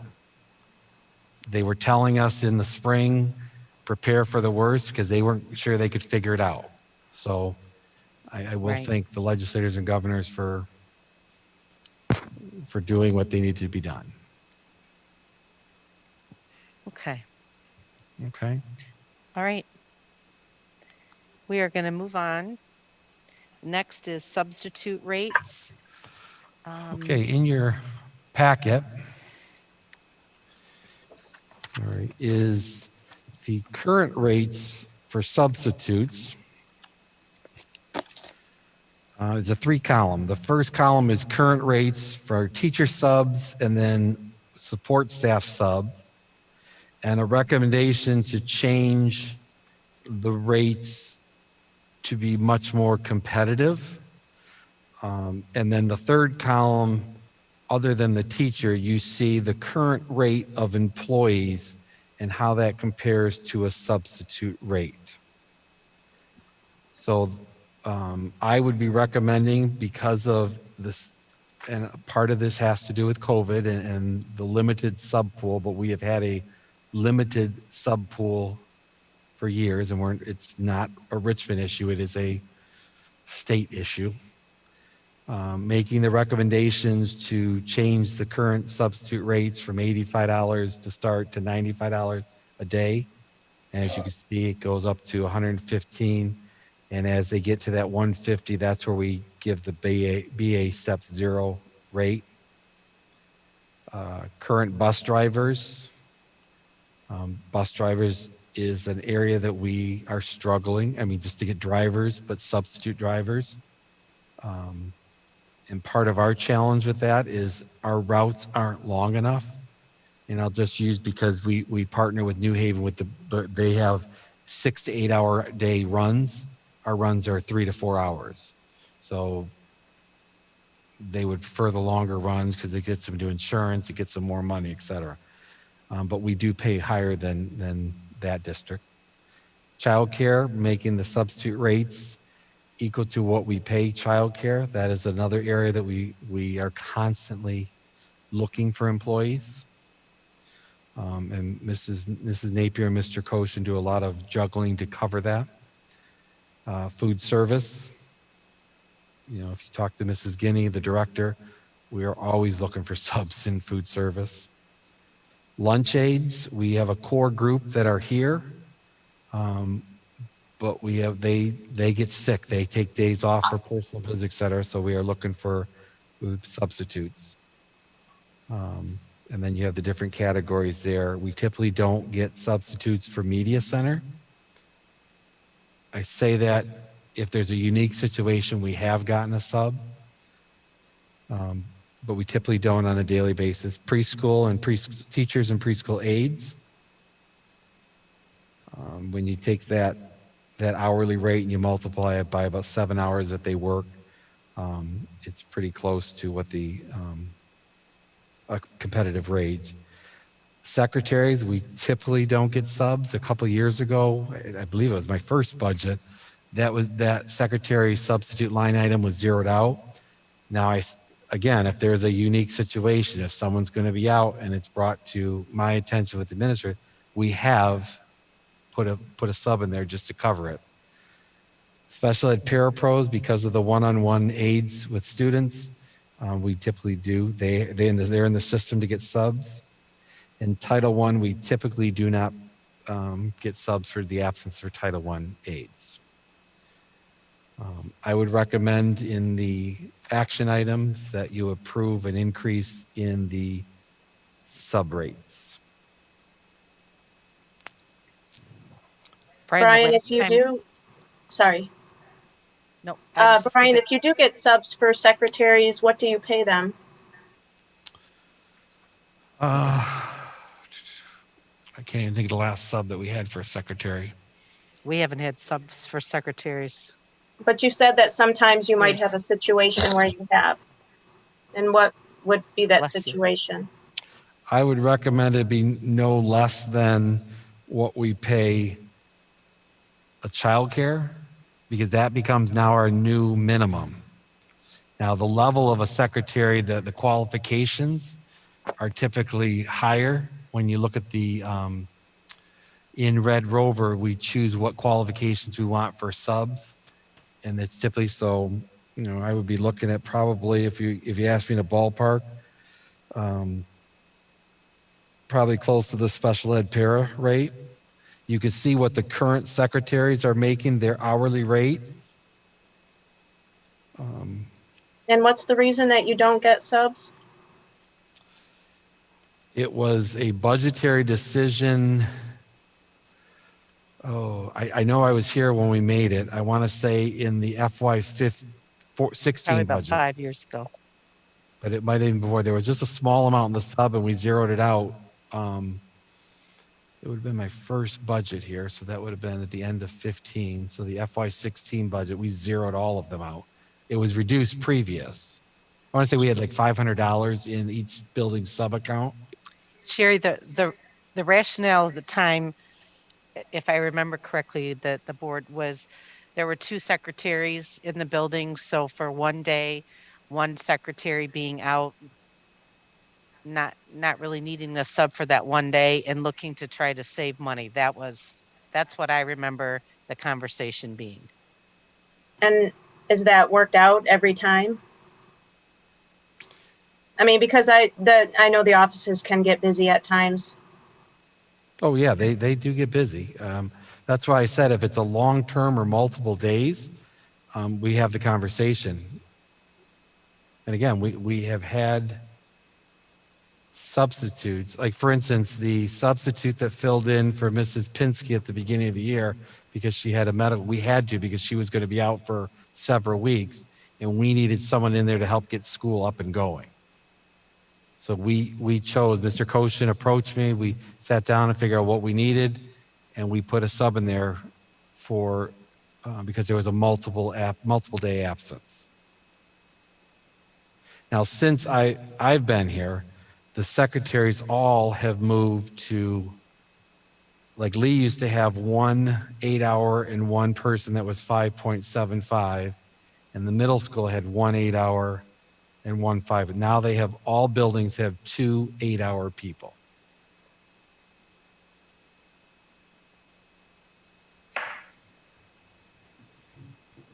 Okay, so apparently there's a need there, but so I was curious why subs aren't in the office.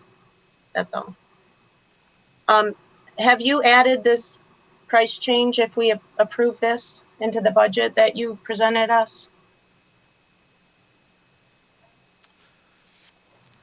I did not. Hello? I did not, because if you look at the, we do not budget. Like for instance, if I take childcare, and let's say every childcare worker gets 10 absences, 3 personal. I don't know what they get off the top of my head, but let's assume they get that. If you take that dollars, multiplied it by the amount that we pay for a sub, that is not what's budgeted. This is an unknown figure every year. So for instance, if you even just look at teachers, if every teacher used their allocation they get every year, we are significantly under budget. We do not have enough money in the sub. So what we typically do is take the budgets that are patterns over the last several years. This is typically what we spend for teacher absence. This is typically what we spend for childcare absence. And that's the budget that we have. Like last year we spent, and I'm just looking at a list here that Tammy gave me, about $51,000 in sub cost. But the previous year, and that was the 1920, the previous year in 1819, we spent $101,000. Now we were shut down, so that accounted for many of the subs not being used for last March, April, and May, and part of June. In 17-18, we spent about $77,000. So we went from 77 to 101 to 51. So this is a moving target every year that we do not, we could budget what everybody can take, but our budgets would have to go up a lot of money. And at the end of the year, people don't take the days that they've been getting. They roll over their sick time because they create I'm going to call it a sick bank for them, particularly on a teacher. They have to use so many sick days before they can hit the sick bank. You know, some of these years we've had a lot of pregnancies, so teachers are out longer. There's a lot of variables that are just unknowns. So where I would see this is if you approve the raise, we then begin looking at how much are we spending, and it comes to you in the next amendment saying, okay, if we continue on this pattern, we're going to either raise the money or we're fine. We should be fine with what we budgeted.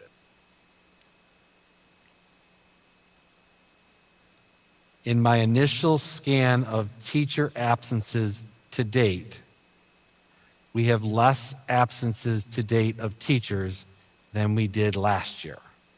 So I would assume those teacher budgets, if nothing changes, are going to have money left over in them.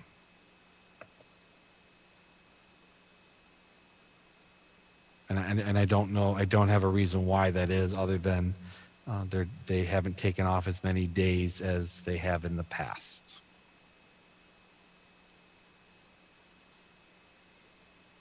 Okay, thank you. Okay. Anybody else?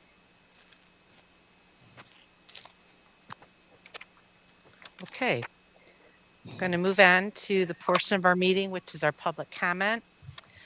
Before we get started in tonight's public comment, I just want to address public comment that was made at our last board meeting. We had a parent who had questions about her child was a virtual student and issues that were happening in the classroom, some struggles with virtual, and that parent I made contact with after the meeting. I've talked to her twice, and after talking with Mr. Walmsley, the district is concerned. We know that this virtual learning, teaching that we're doing is out of the norm, and it's difficult in all kinds of ways for the learner and the teacher. So Mr. Walmsley, it's my understanding that at today's staff meetings, the staff were having conversation about how are the teachers doing, what's their feeling on how virtual is going, how has the training been, do you need more training, those kind of conversations. The district is putting together a survey for parents to ask those parents who are having the virtual experience, how's it going for you? What's good about it? What might not be so good? We're 5 weeks in. It's parent-teacher conferences this week, and as a board, we know that this whole process is a learning thing as we go along. We're going to get better at it as we go, and the way we do that is we listen to our parents, we listen to our teachers, administrators. So that process is being worked on, and I truly have faith, and so do all of us sitting here on the board, that any virtual stuff that is happening that might be causing some concern for parents, students, or teachers, we can work through and keep this going, because the reality is, I don't know how long this virtual is going to last, but my gut tells me it's going to be for the whole school year. So it's a work in process, and I have faith that it's going to turn out just fine. A couple of the other parents that made comments about students wearing masks, those people did not email me, so I wasn't able to reach out to them, but Mr. Walmsley is going to talk about the answer to the masks and what the district is doing with that. The other parent that spoke that didn't email either had the questions about the parking lot at Lee, and Mr. Walmsley already addressed that with our bond update. So before we move on, Mr. Walmsley, if you want to talk a little bit about the response about the mask wearing, and then we can do our public comment for tonight. Okay, the mask, if you don't know, the Michigan Supreme Court ruled that any of the Governor Whitmer's executive orders after April 30th were ruled unconstitutional. Basically, we had began moving forward to continue the plan that we had in place where K-5 students did not have to wear masks, 6 through 12 did, based on everything we had talked about and put the plan together. That letter went out to the community on Monday, the 5th?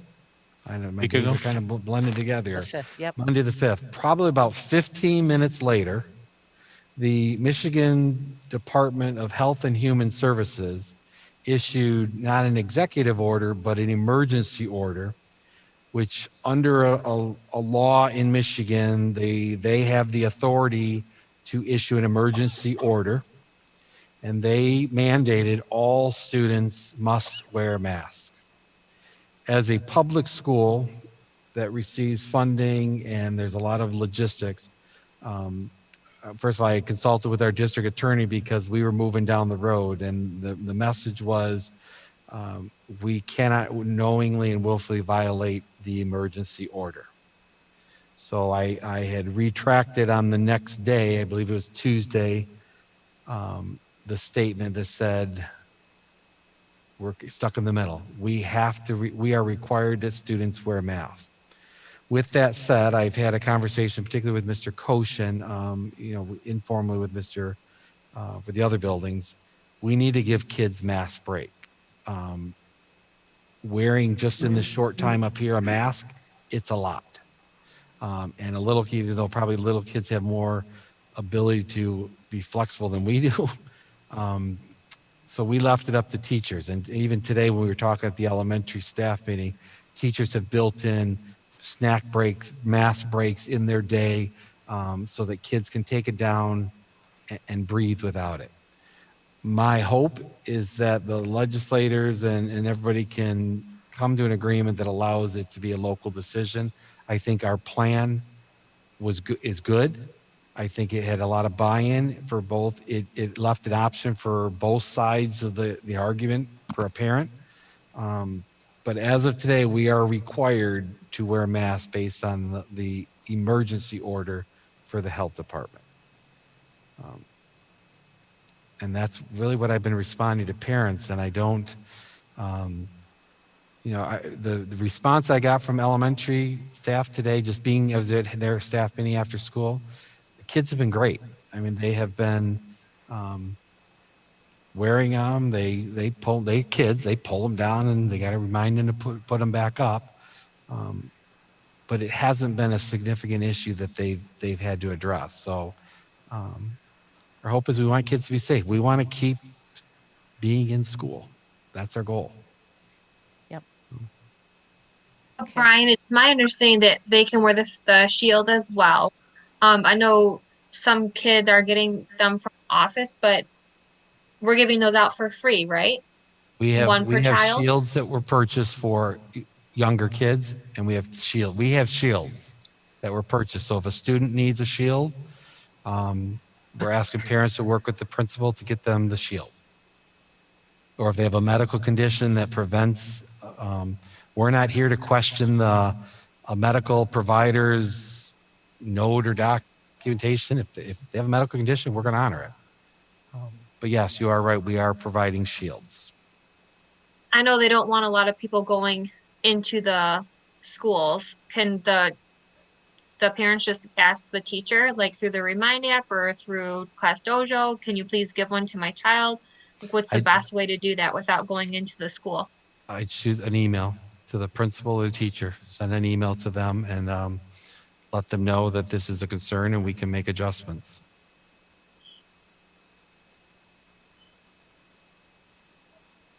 Good. Thank you. Thanks, Jessica. Okay, now here's the portion of our meeting for public comment.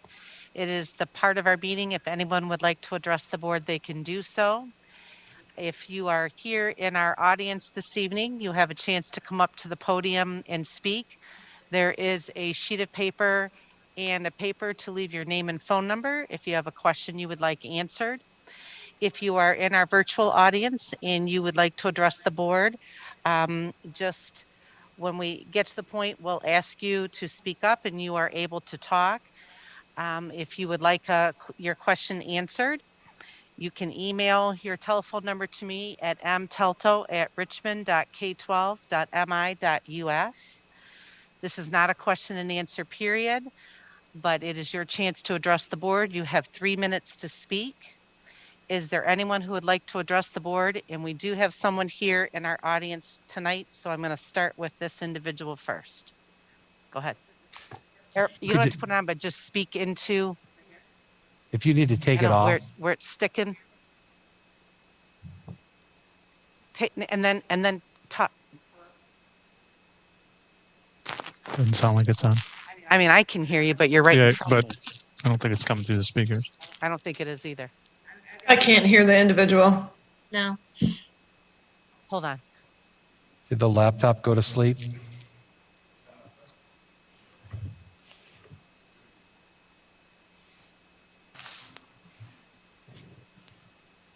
Brian, on our end on the computer, it looks like she's muted.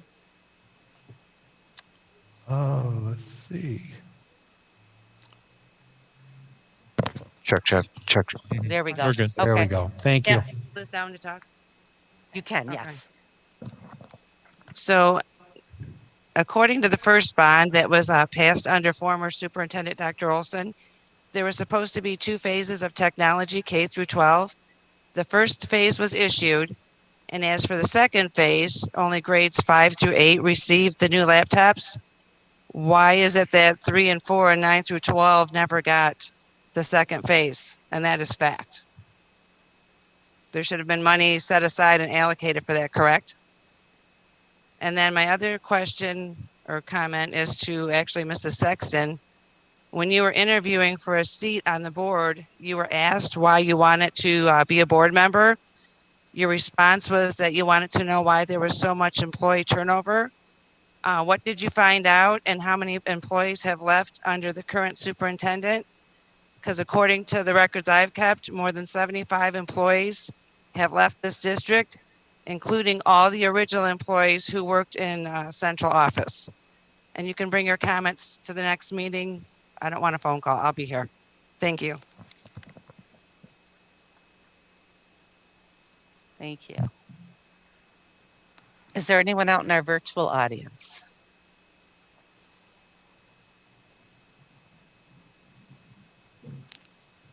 No? Okay, thank you.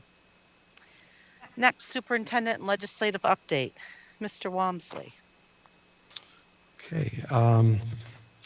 First of all, I would like to, I see Mrs. Good here in the audience. Mrs. Good was hired as one of our COVID substitutes, and she filled in from day one. And I think she's experienced everything that we could possibly have happen in a classroom. And I just want to thank her publicly because she has done, I don't even know how to describe, an outstanding job. She has taken that class from day one, had those students feel welcomed, feel that there's someone in that classroom that cares for them. She's had to go virtual with those students. And again, what I'm hearing, I haven't had a lot of interaction one-on-one with Mrs. Good, but nothing but positive. So first I want to say thank you. I didn't expect you to be here tonight, but I was hoping to, I wanted to make sure we recognize you because you stepped up, and I really appreciate everything you've done. From a district level, parent-teacher conferences are this Wednesday, Thursday, from 12 to 3 and 5 to 8.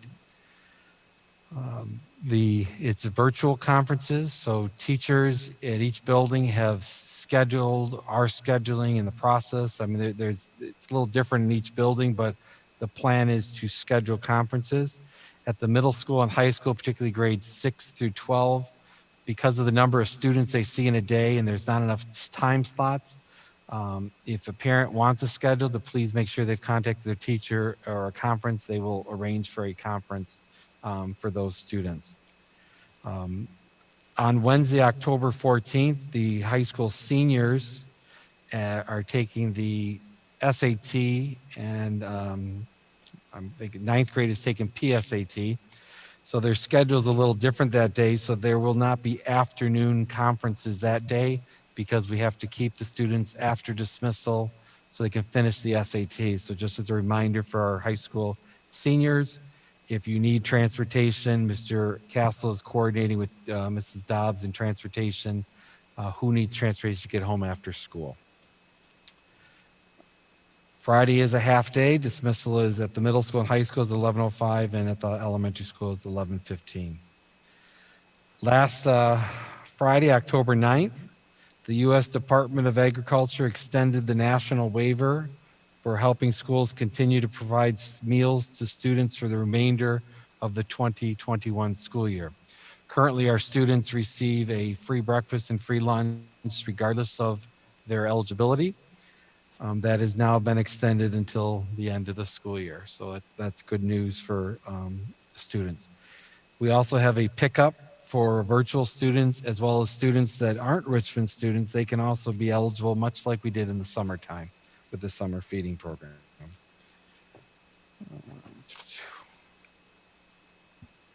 I spoke about the Michigan Department of Health and Human Services issuing the emergency order on masks. I would ask parents that if they are dissatisfied with this, to please reach out to their legislators and governor's office to make any change.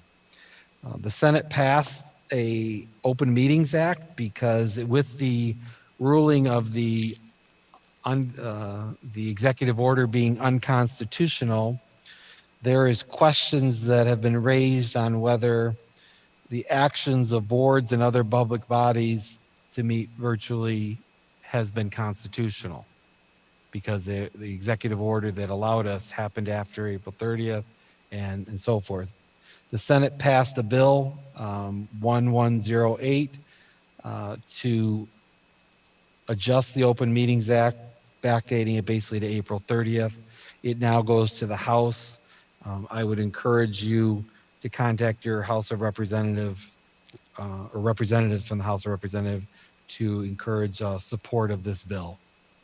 And finally, beginning today, a emergency order, again issued by the Michigan Department of Health and Human Services, require that all schools, buildings begin reporting on a highly visible location on their school's website the number of students that have tested positive for COVID-19 or probable cases of COVID-19. So that will be coming as we have any future positive cases or probable cases. We'll have to report that on our website. We have had 3 cases that we've had to deal with as a district, 2 at the elementary and 1 at the high school. There were some, I'm going to call it residual or side effects or other students that were affected in other buildings, but there were basically 3 cases. I want to give a shout out to Mr. Koshin, Mr. Reinhardt, Mr. Castle, Mrs. Borwick, Mrs. Manguni, and even Mr. Bartels and Mr. Berkmeyer for the impact they also had.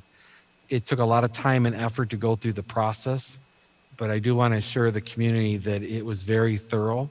We worked very closely with the health department in terms of identifying the case, looking at who was probable or who was in contact, 6 feet for more than 15 minutes, identifying a list. We had to quarantine a classroom. We had to quarantine a childcare situation. I can't thank the parents enough. Did it disrupt them? Absolutely. Did it disrupt their lives? Absolutely.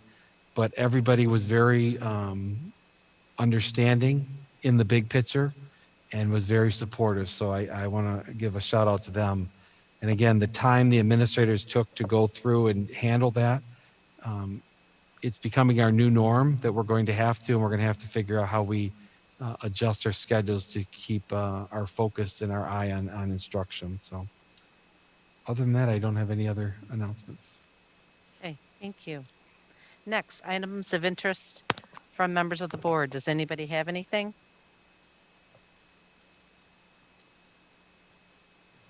Nope.